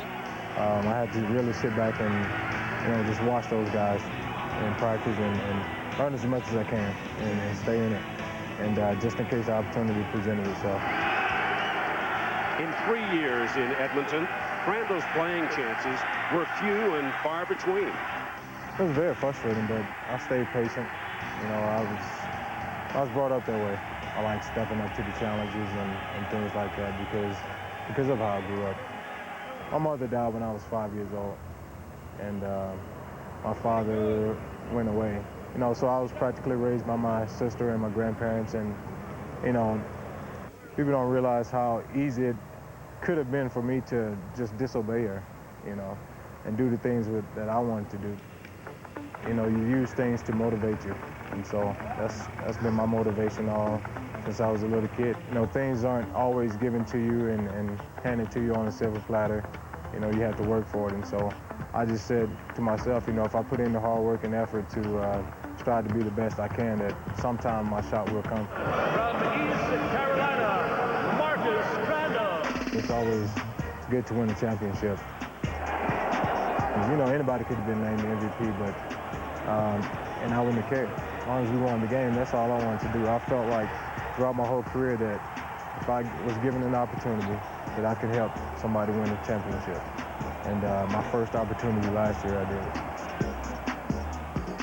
And our thanks to Steve Armitage for this week's installment of Canadian Football Heroes. Marcus Crandall, good on 10 of 18 for 170 yards and 1 touchdown. No interceptions in a respectable first half here in Calgary. And our thanks to the Bell Warriors football team of Ottawa for taking part in that pro tip with the big man at the half. It's 11-5 Calgary. Some big plays in a first half of missed opportunities as we join Chris and Chris. Yes, both teams may have the look of fear on what's going on because both teams had some moments, but they're both in self-destruct mode. Well, absolutely. You look at Ottawa. What's the highlight? We looked for highlights from the first half, and all it is bad things. We talked about turnovers and how they'll kill you. Josh Ronick put the ball on the ground 2 times in the first half, and both times in scoring opportunities. Yet Ottawa seemed to move the ball at times. They missed a field goal, and for Calgary, a couple of big plays. A great burst by Antonio Warren. Well, nice job. First time he touches the rock, he takes it around, and he shows his shiftiness and his speed once he gets in the open. And of course, the big play, obviously this one, Travis Moore working against Vernon Mitchell, comes inside. Nice big play, an 80-yard touchdown scamper, Crandall to Moore. but the mistakes in the first half really indicative of two teams who have combined for 10 consecutive losses. They're in last place in their respective divisions. Look at those numbers. Those aren't bad totals for first half. The turnovers, obviously. Well, that's the big thing. Obviously, if you look at the 3 turnovers by the Ottawa Renegades, that'll kill you, and it kills drives, and they're momentum killers as well, and it gives Calgary more life, more opportunity to keep driving and get their points, and as a result, they're winning this football game. Well, the Ottawa Renegades have yet to win a game on the road this year. They certainly have a winnable game here, trailing by only 6 at the half, and Calgary really needing a win to get back into playoff form, especially with that victory by the BC Lions last night over Edmonton. So we're getting set for the second half. It's a gorgeous day at McMahon Stadium, and the home side has a 6-point lead.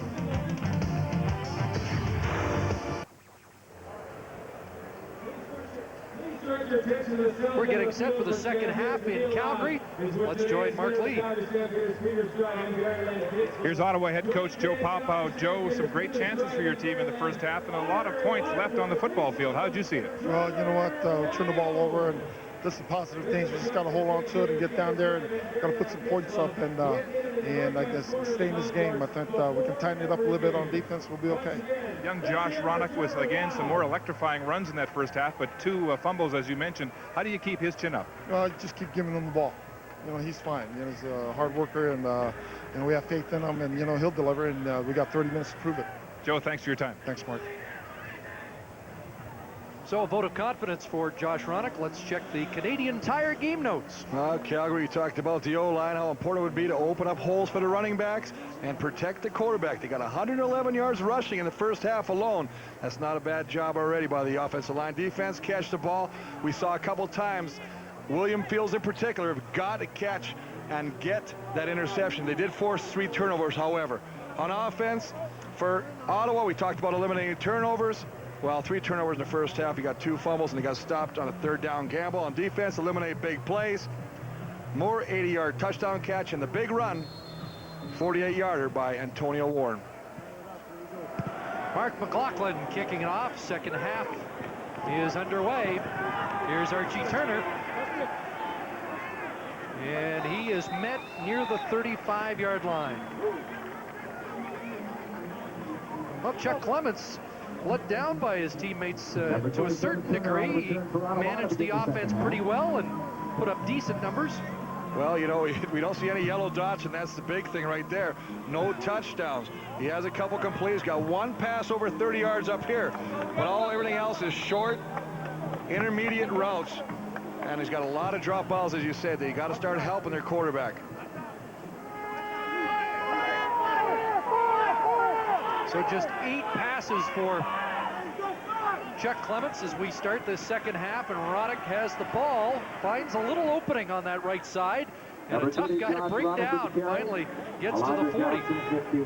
And a gain of 5. As Joe Paopao said, just keep giving him the ball. Give him the ball, but give him the ball different ways. I found success with the shovel pass. One of the things we haven't seen yet is a screen. You got to do that, especially when you got an aggressive defense like Calgary. You see Alondra Johnson, he's right there at the line of scrimmage. His job is to follow everywhere that Josh Ronnick goes. So it'll be 2nd and 5, and that's a nice rushing average, over 10 yards a carry for Josh Ronnick so far. 4 receivers left side. They look to the other side of the field, and the catch is made by Malcolm Johnson close to the first down, and it will depend on the spot. Well, nice job again of just getting what you need to get the change, to keep moving, to get that first down. That's knowing where you are. That's experience on the football field. Nice job by Malcolm Johnson, finding the first down marker, settling down and making the catch. He did indeed get the first at the Ottawa 47. Well, a big target. He had 4 catches last week. You mentioned off the top, just 17 yards in that game. He impressed us with his blocking last week, but Chuck Clements working him more into the offense here. And he's going back to No, that's Nigel Williams, and that's the first time in 2 games they have hooked up. So he's gone to the other big man inside. And this is what they want to do. They stole a prototype, if you would. They wanted to have the big towers inside, almost like Bo Richter and Danielson of Calgary. And they got Malcolm Johnson and they got Nigel Williams with, as you say, his first catch in 2 games. But Joe Paopao said one of the nice things, one of the most professional things he's seen in breaking down film is Nigel Williams, his work ethic, not getting the football, but always running his routes at 100%. Nigel Williams over 1,000 yards from the slot back position back in 1998. Of course, Doug Flutie was throwing passes then.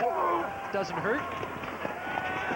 On a roll, Clements. Darren Joseph was down the sidelines, but was out of bounds and incomplete. Otis Floyd, 35. But a nice job by Chuck Clements. Yeah, the pass was incomplete, but he threw the ball where only Darren Joseph could catch that football. You see, he turns around, throws it to him where Darren Joseph can turn and make the catch. Otis Floyd is just concerned right now with not letting Darren Joseph get out of his sight. He's not even playing the football. That was his debut last week. Distraught after the game, he met with the coach, got a vote of confidence, and Joe Paopao said he expected Clements to be 10% better today. And I think that's a pretty good evaluation of his play so far as he rolls out to buy time and now throw against the grain. Wide open, Williams drops the ball. And how many times have we said that in recent weeks for the Renegades? Receivers open and still dropping the football. Oh, it's totally frustrating. You wonder why they haven't gone to Nigel Williams. We talked about the fact he's being open down the seam. You got to come up with those catchers. Nothing. It's a great presence by Chuck Clements to stop, buy himself some time, throw back across the field, have a guy wide open, only to have him drop the football. You have got to catch those footballs. Well, the wind is at the back of the Renegades. We mentioned Joe Paopao said you might see a 60-yard attempt in this game. Lawrence Tynes is surveying a 59-yarder. A 59-yard field goal attempt. Well, we know that Tynes has the leg. He missed one from short range, trying to redeem himself here with a big one. Let go. He's got the leg. It's good, 59 yards. There is a flag thrown late, and let's see if it impacts the play. Well, usually when the flag is thrown late, Chris, it's something that's downfield, and I'm sure the field goal is going to stand. How about that? Well, the man talked, and he just walked the walk. 59-yarder for number 17. Well, that's a bonus, and that's what he can bring to the Renegades. He had a 58-yarder in NFL Europe, and now has nailed one here. And there's a discussion about whether they decline and take the yardage. That flag was thrown after the ball went through the uprights. So let's see what the options are. Well, depending how close they are after the penalty to a first down, I think you just decline it. You can take the 3 points. But if they're short and they only have a little bit to go, depending on the nature of the penalty as well. If it's a major penalty, 15 yards, they would get a first down. Major foul, face mask, Calgary number 74, first down. Wow, Melvin Bradley. So you don't often see a 59-yard field goal, and you certainly don't see it taken off the board. Well, at least Tynes shows you his potential. Oh, and you know what? As happy as he is, deep down he's cursing right now because he wanted that one to stand. Remember, this is a guy who said, I don't want him to score touchdowns, I want to kick field goals. Well, it's a good thing for the offense. Now they got to capitalize from this. Well, there is a saying in football, don't take the points off the board. Well, they just did. I think it's a huge emotional lift with a 59-yarder. You're putting points on the board. Yeah, the offense is back, but they better capitalize now on this drive. Ball moved to the Calgary 37. Play action. Clements hit as he delivers, and there's a great catch.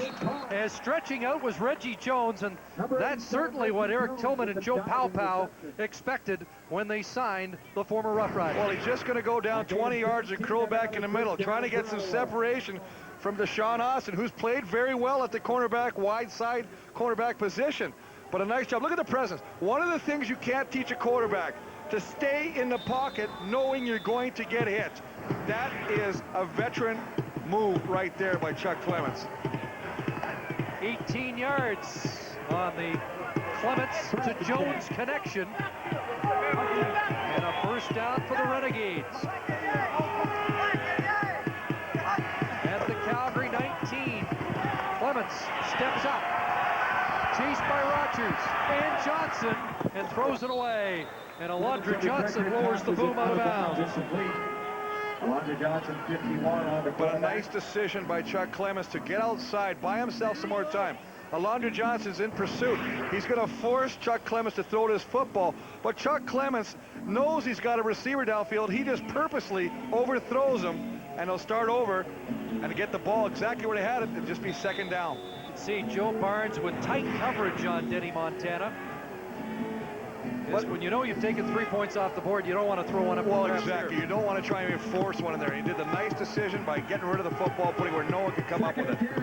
So now 2nd and 10. Ronick the lone setback. Clements looking into the end zone for Malcolm Johnson. Incomplete, flag down. Melvin Bradley. Number 80, Malcolm Johnson. Well, Melvin Bradley is out of reach, and there's a is pointing against Ottawa. Apparently Bradley was clipped on the play. Well, they're going to call one of these offensive linemen for an illegal block. And that's going to push him back in a situation here now where we may see Lawrence Tynes again. Well, do you take it 15 yards out and give them another play and make Tynes work, or do you concede? Major foul, clipping, Ottawa number 57, 3rd down. Big Bell St. Germain, he's right here. He's just in the screen now. He gets beat. Now watch it come back. He's going to come back and throw it to back of the legs. Clips him. Nice job. Way to catch that. I tell you what, an offensive lineman, you know, really, Chris, they're told, do whatever you do to prevent the quarterback from taking a shot. It is 15 yards and a loss of downs, so Tynes comes in. Remember, he just hit one from 59, taken off the board. He's got to come back and put it back through from 40 yards out. And wouldn't you know it, he misses to the left, and they end up with one. The old adage, don't take points off the board. And the Renegades, for their sake, unfortunately, proved that true again. It's been one of those days. You nail a 59-yarder, they take it off the board, and now Lawrence Tynes is 1 for 3 in the game, and you thought they should have kept the 3. Well, you know, he got 2 quarters of football to play. I mean, here's the miss right here. He's just going to basically hook it and just take it to the left of the upright, and they got 1 point out of it, but they had 3 on the board. They had a 59-yarder. They had momentum. They had excitement, and now they're like a balloon with the air left out. Kelvin Anderson hit by Moulton as he crossed the line of scrimmage, and a couple of tough yards for Anderson, who passed 8,000 yards in his career, and we checked the distribution of Marcus Crandall's passes today. Well, he's thrown a lot to the left side of the football field, as evidenced by over here. I mean, he really likes to go here. Obviously, this big one is a touchdown. That's the 80-yarder to Moore, but he really is favoring the left side of the football field. It's amazing how both quarterbacks really have not gone up the gut much with their passes. Over the middle. Which is surprising, Chris. Like, you definitely do want to stretch these defenses. Here's Crandall looking for more again. Vaughn the play, but the flag, and it looked like Vaughn made contact just prior to the ball arriving. Well, as Gerald Vaughn is celebrating right now, Travis Moore just kind of anticipating the count, just going to work a little head fake, come back in the middle. Forward pass interference, Ottawa number 39, 1st down. Well, Vaughn definitely with the hand on the jersey, pulling and tugging at Travis Moore before he could come up with that reception, and a good call by the official. Boy, he is a presence in that defensive backfield, however. You know, and that's one of the things I always tell even kids when you talk to them from coaching Little League. You say never celebrate about a play, because sometimes you celebrate and it goes against you and you look, well, not like the smartest guy. From the 54, they fake to Anderson and look deep, looking for Rob Johnson. A battle there, and more penalty markers. Ricky Bell victimized there. Or will it be the other way? Well, when the ball is in the air, you both have the ability to fight for the football. However, the defender has to actually play the football. and can't Forward pass interfere Ottawa number 25. First with down. the receiver trying to catch the football. And in this case, he interferes with the receiver, Rob Johnson. You see him right there. He's not letting him get his hands up there. He's got them both on there. His back is to the football. If his front of his jersey is facing up, they're both facing the football. You can both fight for the football. But when your back is showing, 99% of the time, they're going to throw that flag. So that penalty, 41 yards for the Stampeders, and now they threaten from the Ottawa 15. Here's Warren, hit in the backfield, and John Grace there again. All around the football once again this afternoon. Well, the Ottawa Renegade defense, they just do a nice job. And you see Donovan Carter is the first guy to make contact with Antonio Warren in the backfield. I mean, the strong safety's up on the line of scrimmage. You know what? They're just gambling. Ottawa's defense is going to come after you. They're going to play smash mouth football. You run the football, boy, I tell you what, they're going to make it very difficult to beat them. But as Antonio Warren did in the first half, if you get past that initial line, boy, it's a lot of daylight. They got double tight. So a double tight end formation for Calgary on 2nd and 13. Crandall looks for Travis Moore, picked off. Gerald Vaughn has this one, and Vaughn could run a long way. Look out, he'll go by Reginald, and Gerald Vaughn racing inside the 30. One man to catch him. Calvin Anderson back, can't bring him down. Touchdown, Ottawa. Number 39, Gerald Vaughn traverses the football field. He takes the and once again, a turnover when the offense looked like it was going to score. They got penalties. They got down in scoring position.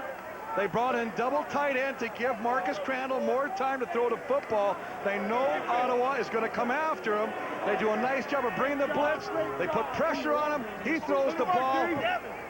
Gerald Vaughn, wonderful job of stepping in front of the receiver and taking it all the way back for a touchdown. His 32nd career interception.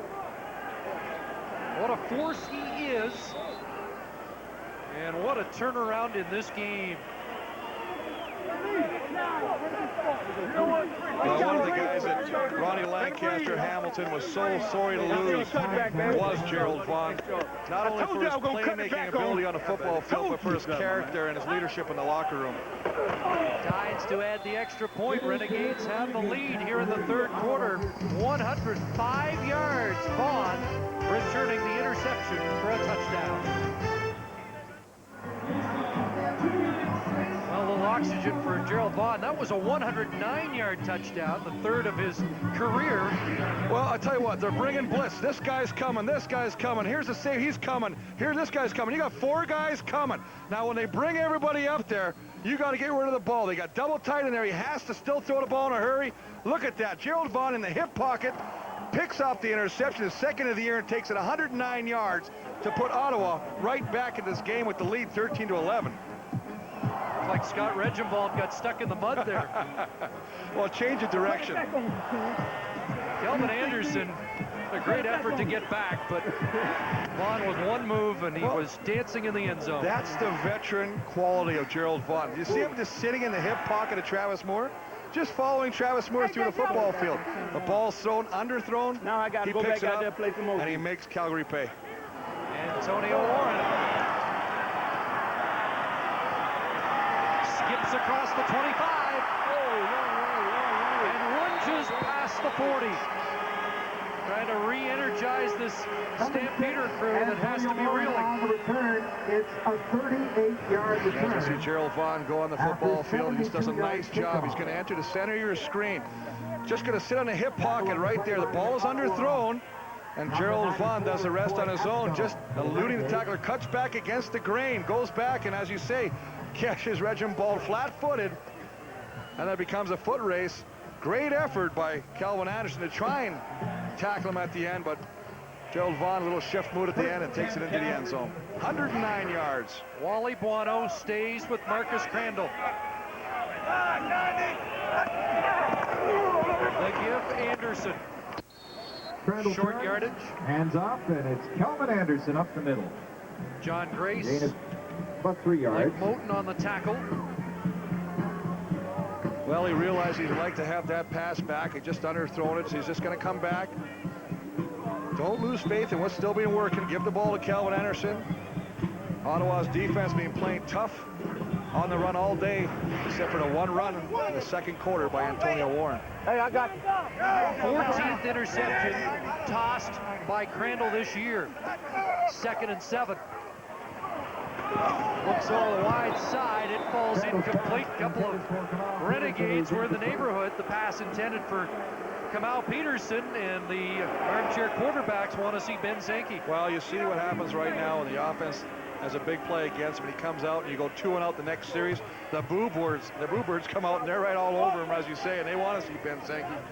But it's just frustrated right now. He's forcing it right now. He's trying to get something done. A good quarterback tries works his way out of the dilemma he's in. And boy, you wonder how much longer he will have that opportunity. You saw the Renegades fine rush in. Derek Ford being taped up at the Ottawa bench. O'Mahony to punt on 3rd down. Archie Turner awaits.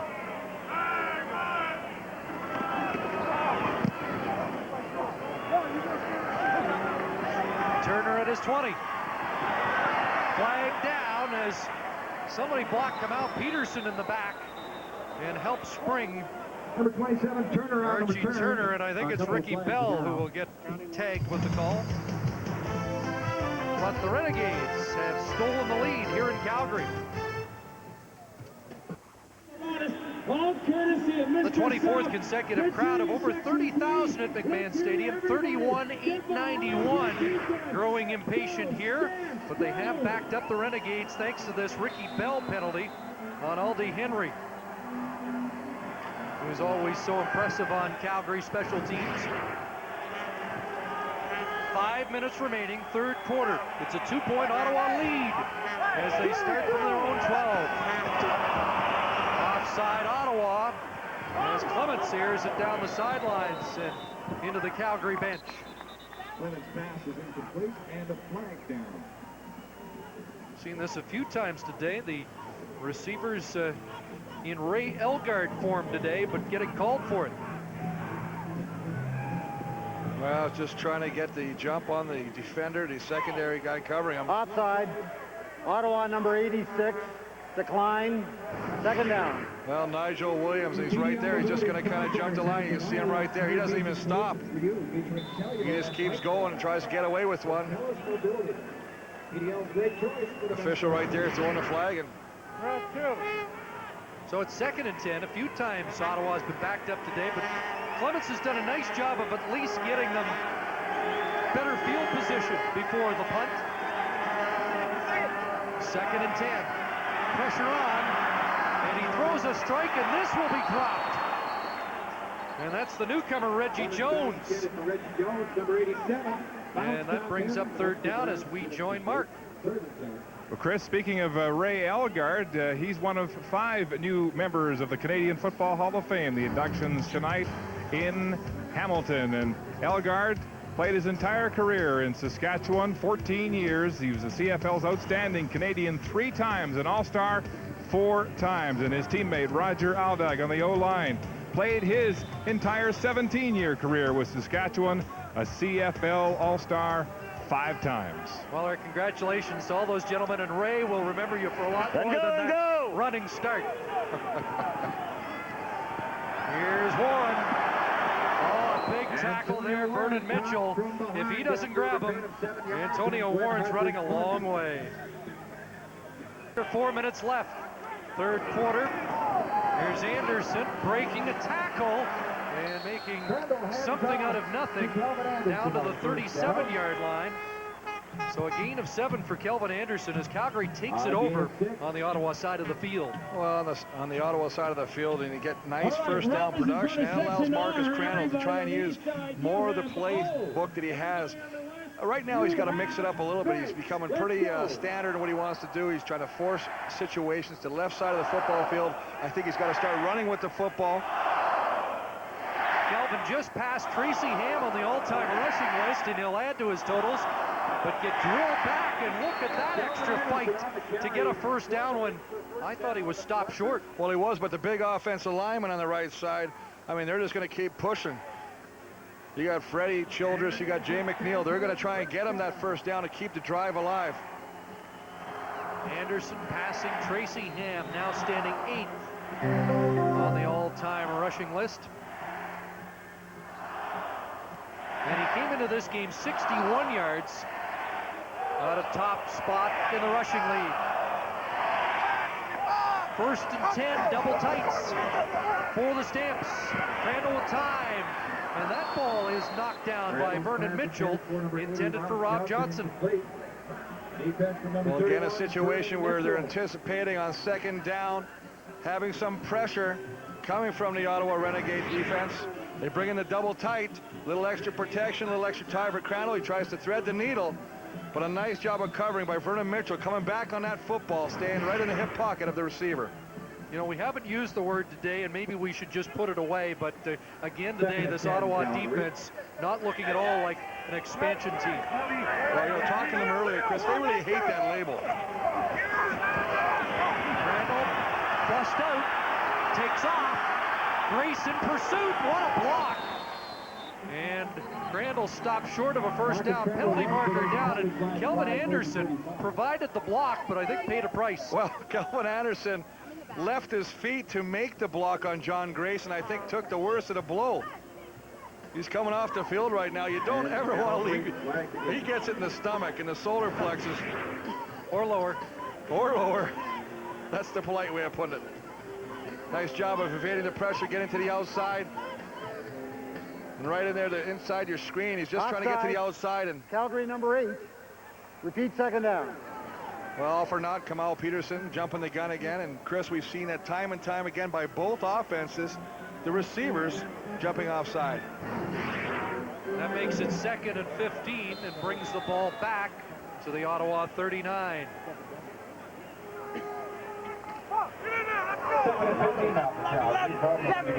The Stampeders still not really achieving that level of consistency that Wally Buono was looking for. Crandall for Johnson, up for grabs and drops incomplete. Johnson, number 80 again. Good coverage by Alfonso Roundtree. Well, a nice job by Ottawa mixing it up. They don't bring the blitz to 2nd downs. We look at the home cooking. 1992, one home loss or less 7 times. That's a remarkable, isn't that something? Home record in the 90s. But things have turned around. And in fact, Calgary needs to win here today to even their home record this season at 3-3. Well, we're in the situation this season right now where this is a must win for both teams. There is no tomorrow. You have to win. You can't wait till next week anymore. This attempt outside the 45 for Mark McLaughlin as Calgary tries to regain the lead. And McLaughlin has missed another. He is 1 for 5 on the day. Uncharacteristic for the 15-year vet. 2 for 9 in his last 2 games. Closed captioning is brought to you by Mazda's Make Your Move event, where you can get incredibly low purchase financing on all your favorite Mazdas. Well, so many great kicks by Mark McLaughlin in his distinguished career here, but clearly tough times at the moment. Well, you know what? I think Wally Buono hit it on the head at the beginning of the 3rd quarter when he said he thought that the timing was off. And by that, he means that Mark McLaughlin is rushing the kicks. He's not sitting there and just letting the mechanics go.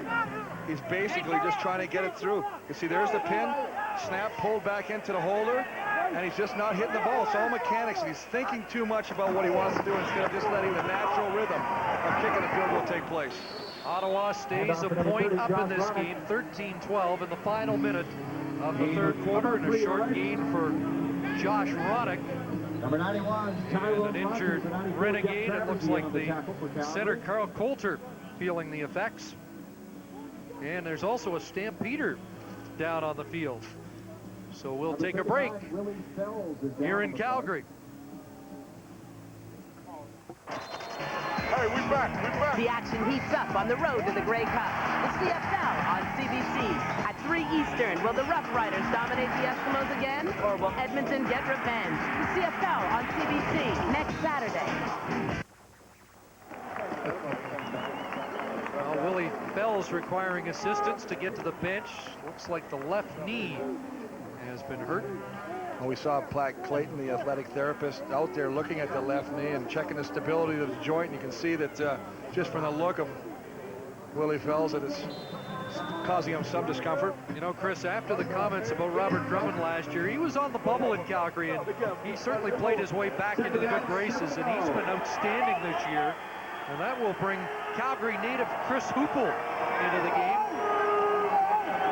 2nd and 7. Clements looks to the sidelines. Malcolm Johnson the catch, but he's short of a first down. Caught by number 80, Malcolm Johnson. We talked earlier, Chris, of Malcolm Johnson knowing where the first-yard markers were. This time he misjudged it, ran his out pattern 2 yards short of the first down. That's just inexperience. You want to make sure you get to the first down marker before you make your breaks. When the ball is thrown, you have an opportunity to keep the drive alive and get another first down for your offense. So Harper comes on. A breeze at his back with 16, well, the clock running now. And what could be the final play of the third quarter.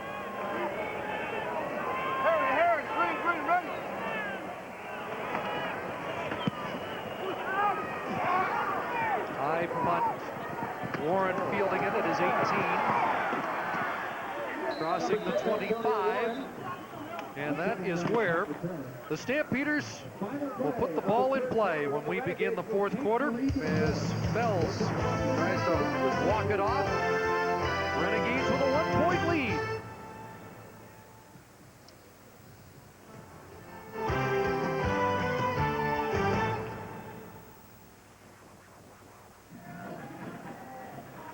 One quarter to play, a 1-point Ottawa lead, courtesy of the 109-yard interception return for a touchdown by Gerald Vaughn.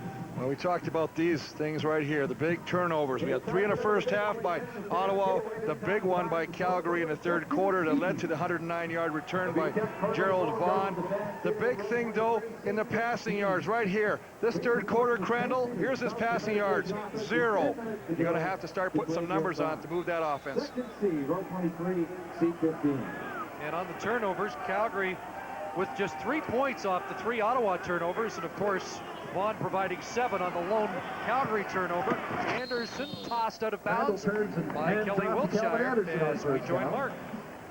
Chris, the early diagnosis from Calgary trainer Pat Clayton is that Willie Fells has suffered a sprained left knee. He took a chop block, a cut block from behind on the knee, and so he'll be out indefinitely and under observation. Of course, that type of block knocked Dave Thomas, the Renegade middle linebacker, out for the rest of the year in a controversial play last week. Marcus Crandall sizing up 2nd and 6. How many series does he get with Ben Sankey waiting in the wings? Roundtree knocked the ball down, intended for Rob Johnson. This Renegade defense has been tough all day. Well, they're doing it smart. They're playing smart defense right now. Troy Asbell, the middle linebacker, is out. There's John Grace. He's playing in the middle right now. But what they're doing, they're only rushing 3 defensive linemen. They're dropping 9 into coverage and forcing Crandall to throw the football. Now, you know, you're not getting a lot of pressure with 3 guys on the defensive line. This is what I said when Crandall, if there's nothing there, put the ball down and take off and run with the football.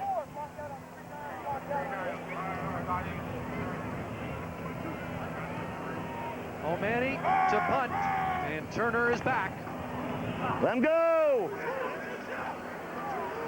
And again, Archie Turner lets it bounce. That is 15. What a cutback. Great speed and a flag at the end of the play after Turner returned it to the 42, and they may tack 15 more on after the 25-yard return. Well, when the flag is thrown right in the vicinity, you're at the feet of the ball carrier, that usually indicates that the defender or the Major tackler. Foul, face mask, Calgary number 36, first down. Lawrence Deck charged with the face mask call. Bad penalties, and they couldn't happen at a worse time. You're just giving instant field position to the Ottawa Renegades. Tell you what, Archie Turner looked a little like John Avery, the way he changed direction at top speed on that last punt return. And you add 15 and it takes the ball right to midfield. Well, you talk about John Avery, he's having an outstanding campaign. I mean, absolutely electrifying foot speed. Even in the loss last night, he was sensational.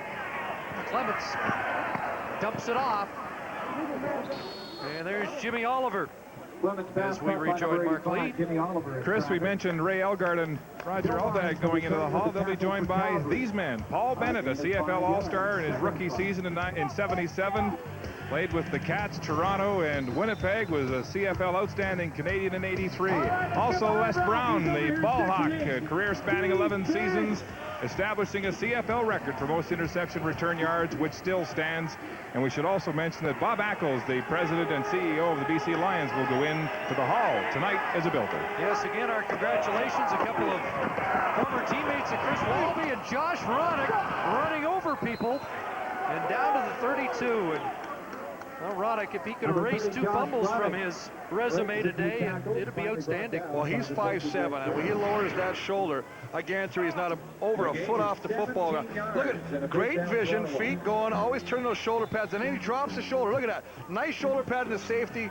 Greg Frere right in the face mask. He's going to run right through you. That wrestling background that he had at South Dakota State really helping him carrying the football here today. 17 that time, averaging over 10 a carry. So far today, this time they fake it to Ronick. Clements stands in, looks deep, and overthrows Malcolm Johnson, who was caught up on the play with Joe Barnes. Malcolm Johnson incomplete. Well, you're correct on that play or that analysis there, Chris. He basically tried to get around Joe Barnes, and Joe Barnes did a great job of not allowing him to come back to the inside. He kept him to the outside, so when Malcolm Johnson tries to come back inside, it's too late and the ball's overthrown. It's a nice job of position play by the defender, Joe Barnes. Barnes moving inside from the quarterback spot with the return of Deshaun Austin. And it's 2nd and 10, 3 minutes into the 4th quarter. A little dump over the middle, Ronick. This time hauled down. Another flag is on the field as Ronick brought down after a 2-yard gain. And again, Melvin Bradley's been active inside for the Calgary defense today. Well, Calgary only rushing 3 as well, but again, it's going to be Ottawa called for the offside. Offside, Ottawa number 89, decline, 3rd down. This time it's Denny Montana. Penalty decline, cue Lawrence Tynes.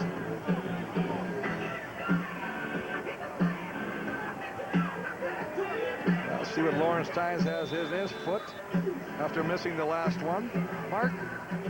Chris, I talked to Lawrence Tynes a few minutes ago. He told me that 59-yarder that was wiped out by the Calgary penalty was a personal record, and he's not grousing with the Ottawa call. He says, I'm hitting the ball well, even though I've missed 2 or 3. Yes, 58-yarder in the NFL Europe, 59 here, and he nails this one.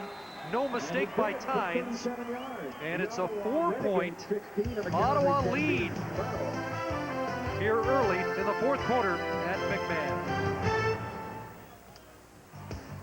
Back in Calgary, a reminder, the CFL on CBC will stay in the West next Saturday. It's Saskatchewan at Edmonton to play the Eskimos at 3 Eastern. And a reminder that the road to the Grey Cup will stop in Edmonton this season. Still plenty of tickets available. And of course, after that 4th all-time record attendance last Friday of more than 61,000, they're hoping Hugh Campbell and company in Edmonton to do one better come Grey Cup. Yeah, I wouldn't be waiting too long to get the tickets. Here's Crandall sprinting out and lunging for a 1st down, and it's quite a vote of confidence, I think, that Wally Buono is showing Crandall. The fans anxious, Ben Sankey waiting in the wings, the offense struggling, but Crandall getting a chance here in the 4th quarter. Letting him work his way out. That's the biggest thing right now. You don't want to bring him in after a fuck. Keep him out there. Let him work his way out of this trouble right now, and he's doing what he should be doing. Stretching the defense by holding on to the football himself. Nothing there taken off. Just in a good old-fashioned option play. Fakes the pitch and keeps the ball for himself. Got a 1st down. And here's Antonio Warren. He gets 5. You know, again, the Stampeders showing great respect for the leg of Lawrence Tynes after the field goal. They took the ball at the 35 instead of receiving a kickoff, and you've got a guy like Antonio Warren, such a threat on kickoffs, and yet they don't want to take any chances with Tynes' leg. Well, I also believe the old philosophy, though, that give your offense as many opportunities to have the football. And that means giving your offense the ball right now. Forget about returning it, even though you got Antonio Warren there. Just give your offense the ball and let's see what they can do with it. 2nd and 5 as we approach the 5-minute mark of the 4th quarter. Here's Warren again. Antonio Warren with the carry. A couple of jukes, but unable to get to the first down stick. And Wally Buono might be tempted here, depending on the spot of the football. They're a yard and a half short. He's going to get a measurement to take a better look. Nice job, nice Duke move there, right there, just coming back inside. Wants to go behind the right side. It's all stuffed up, comes back to the middle, but behind Jay McNeil and Crysdale. Struggling to pick up that first down, unfortunately coming up a little short. Yes, and Wally is in no gambling mood. He made a quick decision there. Well, I think it's right now, I mean, it's only 16-12. I mean, pin him back. Change the field position right now. Put Ottawa in a hole.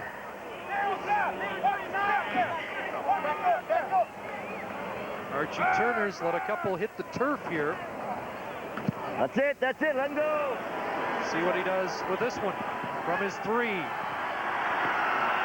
Gets a block, and look out, and now a flag comes down as Turner steps up to the 30. 53-yard O'Mani punt. 27 on the return, however, a flag to push it back against Ottawa. 2-3-5. Ottawa in front by 4 in the 4th quarter. Sunday night, CBC News presents an encore presentation of Peter Mansbridge's documentary Untold Stories, Canada. On September 11, it chronicles the Canadian government's response in the hours and days following the terrorist attacks. Chris? There's the incomplete pass from Chuck Clements on 1st and 10 deep with the heat turned up on the young Ottawa quarterback. And a nice job of Antoine Young staying to the outside, not going inside with the play action, forcing Chuck Clements to roll out and throw that football away. See the signals coming from offensive coordinator Doug Nesmeyer. Speaking of offensive coordinators, George Cortez has done it again. University Cal Berkeley, 1 win last year. They're 3-0 after upsetting 15th ranked Michigan State today. Here's Clements unloading, and Nigel Williams, another drop. A pass delivered near his ankles, but it's a quick 2-and-out deep in the Renegades into the field. Well, I think he does a nice job, Chuck Clements does, of avoiding the pressure, but then he finishes it off with a poor throw. I mean, you got to put this ball up where the receiver can catch it and make something with it after he catches the football. Basically, he tries to sidearm this football, puts it low, puts it at the feet or the shoelaces of Nigel Williams, who can't come up with the catch. Let your man get his confidence back, get the ball to him where he can catch the football, and hopefully the big man, Nigel Williams, all 6'4", 207 pounds, can make something out of it. So Glenn Harper needs a big kick with pressure on. Not deep. Bouncing near the 35, and a flag down as Don Blair tries to tack on some yardage and gets roughed up out of bounds. 27 yards, the punt by Harper. Well, 27 yards by Harper. They're very, very lucky, the Renegades are, about not getting a rough play call. After a 28-yard kick. So Calgary already in scoring range for Marcus Crandall, and 8:21 left on the clock. Well, they're 4 points down, and you know the man is going through. Right now, you got... No yards. Ottawa number 30. First down. Another look. 1-2 NMAX and the Calgary Stampeders have in common. They've both been providing Calgarians with electricity as for they encroached decades. on that NMAX, the official electricity supplier for the Calgary 5-yard restraining area.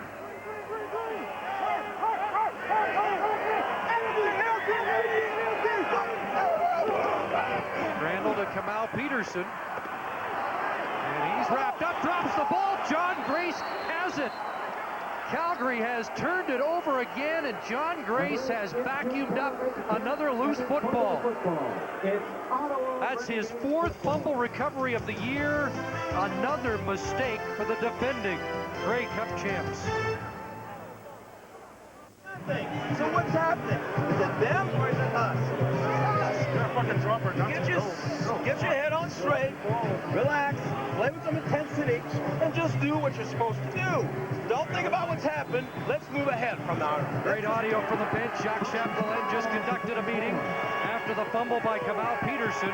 That's given Ottawa the football back at their own 34. Clements flushed out, dumps it off Ronick across the 40, knocked out around the 42-yard line, and a former Stampeder. There he is. Clinton Wayne was the man who created that last fumble. Here it is, baby. Just going to do a little hitch pass, throw it short, get him come back behind the blockers. Kamal Peterson with the catch. But look at number 90 coming into your screen. There he is. He's going to get the hands, wraps it up, and rips the football out. And as you say, John, and I hate to use that term again, amazing grace with the recovery, his 4th of the football season. What a find he is, the 3rd-year linebacker. 9, the pickup for Ronick, 2nd and 1. Ronick, the ball, big hole, right side, and he crashes for a first down close to midfield. What's happening right now is you're starting to see a dejected Stampeder defense. They're still fighting. They're still fighting. That's an absolutely wonderful block right there, kicking it in right there, allowing Ronick to get to the outside. Boy, when your offensive line at that time, Chris Burns, can seal the defensive end to the inside, your back is going to be taking you out for a steak dinner after every game. Notice that Otis Floyd back in the game. And here's Archie Turner, a cut back, and Floyd wraps him up. Short gain, clock running, 6:36 to go. There's Jim Daly, a former defensive line coach of the Ottawa Rough Riders. And remember, he left that team when he refused to play Demetrius Maxey. He felt LeBryant Robinson had won the job. Maxey was given the job for marketing purposes. Jim Daly said, that's just not right, and that's not the way I want to be involved with a football team. Yeah, I know, and I think that the guy, I believe it also happened with Dexter Manley as well. I mean, that's who I big meant. guy, yeah. Well, LeBryant Robinson was the guy who earned the job, and Manley was given the job. Here's Clements looking deep, and he's got Jimmy Oliver down inside the 15. The biggest pass play of the game as Chuck Clements goes up top. And a beautiful job of concentration by the receiver. A little shake and bake. Gets to the outside. Holds on and catches the ball over the left shoulder. Nice job of getting away. And a nice throw by Chuck Clements, putting away only Jimmy Oliver could come up with that catch. And as you say, a big, huge play with 5:28 and ticking left in this football game. Just realized I said Demetrius Maxey. I don't know where that came from. Sorry, Demetrius. No, Dexter Manley. Demetrius Maxey can play anywhere he wants. Yes, he can. Jim Daly will take him. Absolutely. Ottawa threatening. They've been down in this neck of the woods before. 1st and 10 from the 12. And that shovel pass this time, Darren Joseph gets it to the 6. Now that is great imagination on your offense. You know the defense is going to be thinking that it's coming to Ronick. They've been running the shovel pass to Ronick. What do? They slide Ronick to the left, and they pitch it this time. There it is, great play action. And now they shovel pass to the fullback, Darren Joseph, who that's his first carry of the football season, even though they'll probably call it a pass because it's a shovel pass. He doesn't get to touch the ball often. Joseph checks out now. Nora in 2nd and 4. They got to hurry up, and they just get the play off. Here's the rush. Clements dumps it. Ronick inside the 5 and wrestled out. That's a big defensive play. Ronick looked like he had an angle, and Floyd cut him off. Well, I'll tell you what, the offensive line is having a little talk right now because first off, Marvin Bradley, he gets in there way, way too early. Chuck Clements, nice job. He doesn't get a chance to even set up. Look, There's two guys coming in there. He does a nice job of avoiding the pressure and throwing it over the arms of Antoine Young out to Ronick. Ronick goes out there, but Otis Floyd does not allow him to get to the goal line.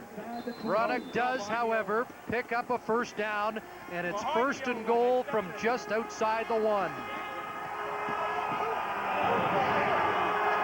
Just over 4 minutes to go, and the Renegades trying to take a stranglehold.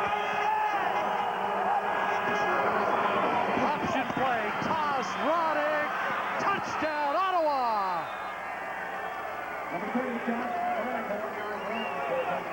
His second touchdown in as many weeks, and it gets very quiet at McMahon Stadium. Well, they bring in the big double tight ends, Gauthier, Delafarrell, put them on the outside, and they just want a little option. See who's got to take him. Force the defensive lineman to take the quarterback, pitch it out to Ronick. He does a little bit of an acrobatic spin, flip, if you would, into the end zone. As you say, for once, Ottawa is putting some finishing touches on their drives. Tynes trying to put a finishing touch on the scoring play with the convert. And it is now an 11-point lead for the Renegades. 3:39 left on the clock. That's a good stat. Let's stay with Ronick here for a... Everyone is talking and fooling with radio. It changed the way we lived and opened up the world. It was a tool that helped distinguish a culture and unite a country. See how the birth of a national radio broadcaster gave Canada its own voice. CBC presents this 50th anniversary special, Dominion of the Air, Sunday night at 8 on CBC.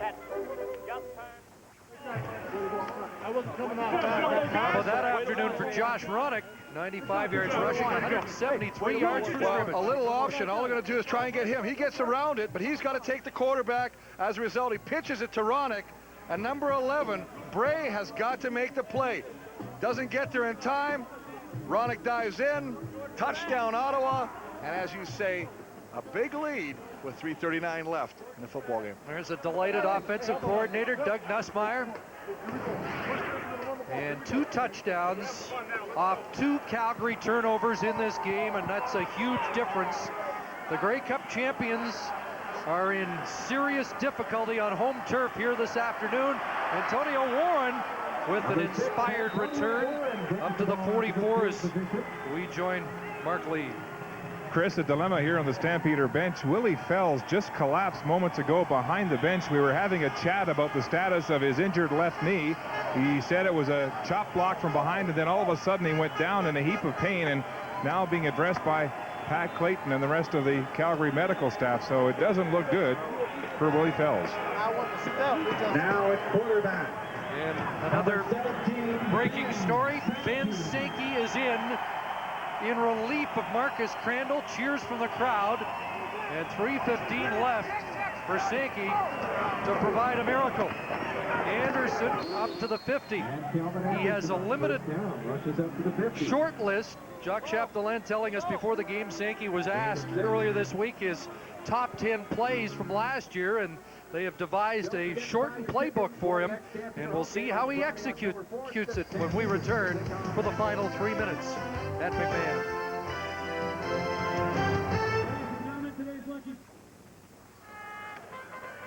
A few minutes ago, we heard that speech from Jacques Chapdelaine to his offense, but the situation has changed dramatically.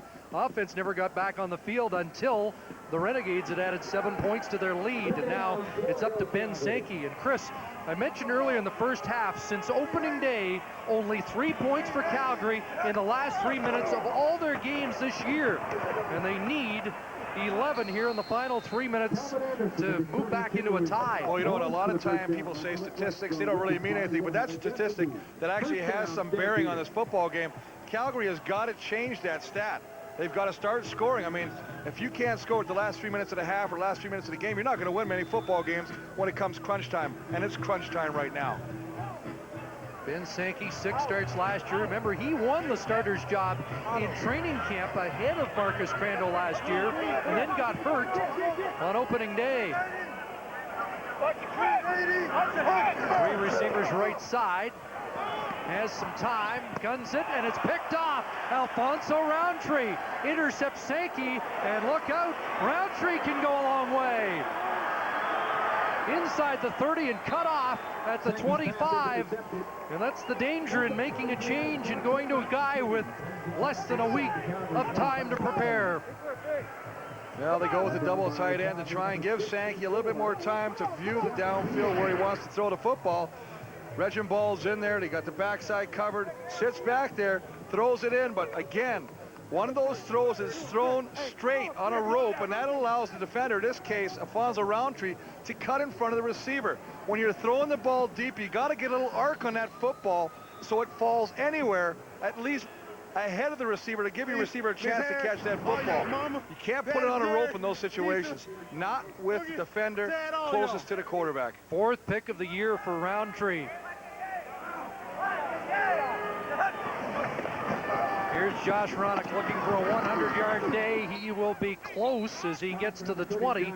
5 yards there, and that should be his first 100-yard rushing day in the Canadian Football League. And the defending champs are in a tailspin that we haven't seen, well, in 14 years. Well, you know, the thing that doesn't look good is if you look, you got 20 points, you got 11 points here, and now they only got 12 today. Your offense is not putting any points on the board, and I tell you what, it's a situation where as a team, you got to come together. There's three parts: special teams, defense, and offense. Right now, they're really struggling in all facets. Pitch to Ronick. He's got 100 yards now. Down inside the 5, and finally hauled to the turf at the 1. And the Ottawa Renegades are about to put away their first ever road victory. Well, they're just going to run a little pitch to the left. Pull Val St. Germain, number 57, around the corner. You see him coming to your screen. Do a nice job. You really got to like the way this kid runs. I mentioned earlier he's got a wrestling background. What that does for a running back is give him a great sense of balance. He stays low to the ground, lowers that pad level, and it's really tough to get underneath him to bring him down. He's about to apply the winning pin here. First and goal from the 2. They roll right. Clements cuts back, and he'll lose a yard. Jason Bray in on the stop. Under 90 seconds remaining, and I can almost see the Eric Tillman smile from here. As if you're going to win your first road game, this is quite a place to do it. Well, nice job as we saw there. Ronick knocking Steve Anderson, the defensive end, out, allowing Chuck Clements to kind of come back inside, but Jason Bray and the rest of the defenders on the Calgary Stampeder defense take him down, and he actually loses a couple yards. Joe Paopao has talked about baby steps. Heartbreaking opener to Saskatchewan, and then those victories. Some tough times. Certainly the first 5 of those losses in a row last week, a game they should have won. Basically, they controlled the game. I mean, they had 20 first downs last week. Toronto only had 10. They fell apart with 4 minutes left in a football game. And you can't, that's what they talk about, that old cliche, 60 minutes. Well, that one came back to haunt them last week, but it looks like the tides have turned this week. Well, they could have gone either way after that loss last week, but Paopao said a great week of practices. Here's second and goal. Ronick inside, stopped at the 5, so they're unable to finish off this drive. Melvin Bradley again. He's been one of Calgary's best today, and it will force Tynes back onto the field. I think one of the things I really liked when Joe Paopao was talking to us, he said, you know what, despite our record, we're a fairly tight family. He used the word family of players. Every week they have a chicken, and I'll use the term bubbly session. He says the guys hang around the locker room, you know, and that's a sign of a good team. They'll hang around. They're not in a rush to get home. They hang around with the players. They mingle. They fraternize. And that's what builds character, and that's what builds chemistry on your football team. And despite the record, he believes they have some good chemistry on the Renegade team. Well, this isn't done yet. The clock running, minute 15 to go. And they're running the clock down and going to take the full 20 seconds, move it back 5 yards. But, you know, this is a team that has given up a lot of late points. In fact, coming into this game, outscored 98-17 in the second half. So Calgary at least stays within 2 converted touchdowns here. And a nice job of managing the clock right here. Violation. Number 18, still third down. You're that close. You got a guy with that strong a leg. Yeah, use the clock. Take the, take the penalty. Push yourself 5 yards back. It just makes an easier angle to kick. So the field goal attempt will now come straight on from the 22.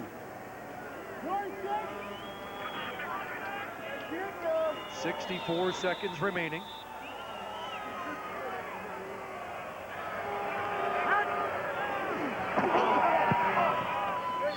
And it now is a 14-point lead.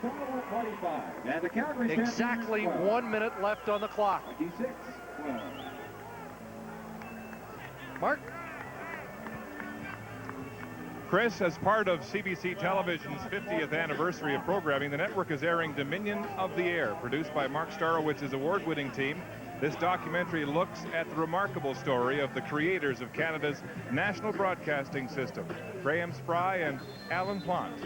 That's Sunday night at 8:30 in Newfoundland on CBC Television. These two teams will meet again next week. Wally Buono still stuck at 150 wins in what surely is his most trying season with these Calgary Stampeders. Sankey flushed out and racing for the sidelines. Keaton Cromartie helped him out. Chris, one of the things you really got to like as we look at the points from turnovers, Ottawa 17 points, Calgary 3. You really got to be impressed with the team speed of this Ottawa defense. You know, the offense on Ottawa's had some struggles, but this defense has played pretty good all year, and boy, today they're just flying around that football. Well, if they can hold on for 53 seconds, they win their 3rd of the year. They'll have 7 points. They'll move 1 back of Toronto and refueling at least their opportunity to make a run at the postseason in the late stages of this year. And this is a pretty stingy, tough defense to go up against. They're going to give a lot of teams trouble here. Well, you know, this is they're over. really a gambling defense, and they're going to line up as many guys as they can, and they're going to fool you with how many they're going to bring. Sometimes they'll bring everybody, sometimes they'll drop everybody, just bring 3, and it causes some confusion as you see the East standings. Ottawa with that 3rd win, 7 points. Toronto with a game tomorrow against Saskatchewan.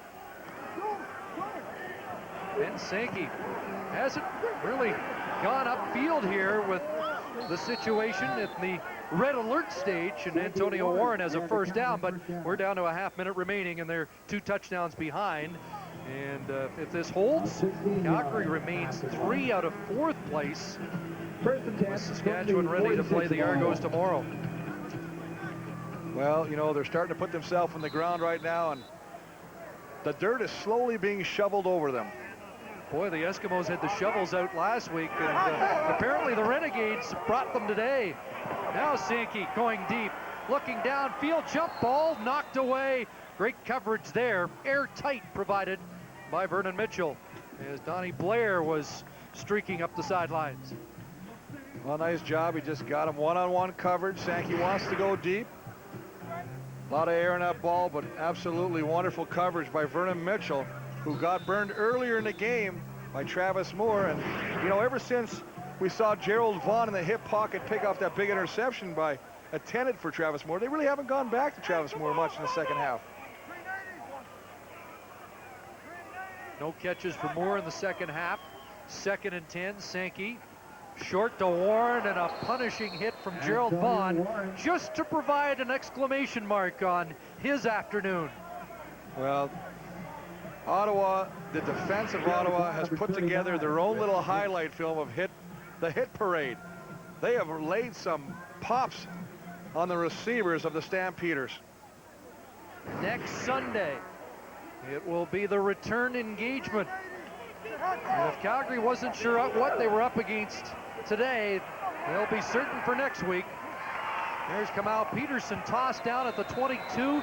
Time is out. The defending Grey Cup champions have lost their 5th straight game, and the Ottawa Renegades, the expansion team, have won for the first time away from home, and Joe Paupau's club has snapped a 6-game losing skid. later when they're inside. Looks like a little emotion from the coach as he posts the victory, and we join Mark. Thanks a lot, Chris. Here's Josh Ronick of the Renegades with his first 100-yard game rushing in the CFL. Another touchdown, your second of the year, but more importantly, breaking a 6-game losing streak. How does that feel? Man, it feels great. It's like a huge weight lifted off our shoulders. The whole team it was a team effort, you know, with the defense coming up big. Gerald Vaughn with the interception. Roundtree had a couple interceptions, then the offense finishing it off, putting it in the end zone and sealing the deal. Josh, you showed a lot of resilience after putting the ball down twice in the first half. How about the confidence your coach showed in you? Man, that's great. You know, all day or all week we talk about belief in each other, and you know, it makes me feel good for a coach to see me in adversity and then to keep faith and keep giving me the ball. Josh, good for you. Keep it going. Thank you very much. Josh Ronick and the Renegades winning in Calgary.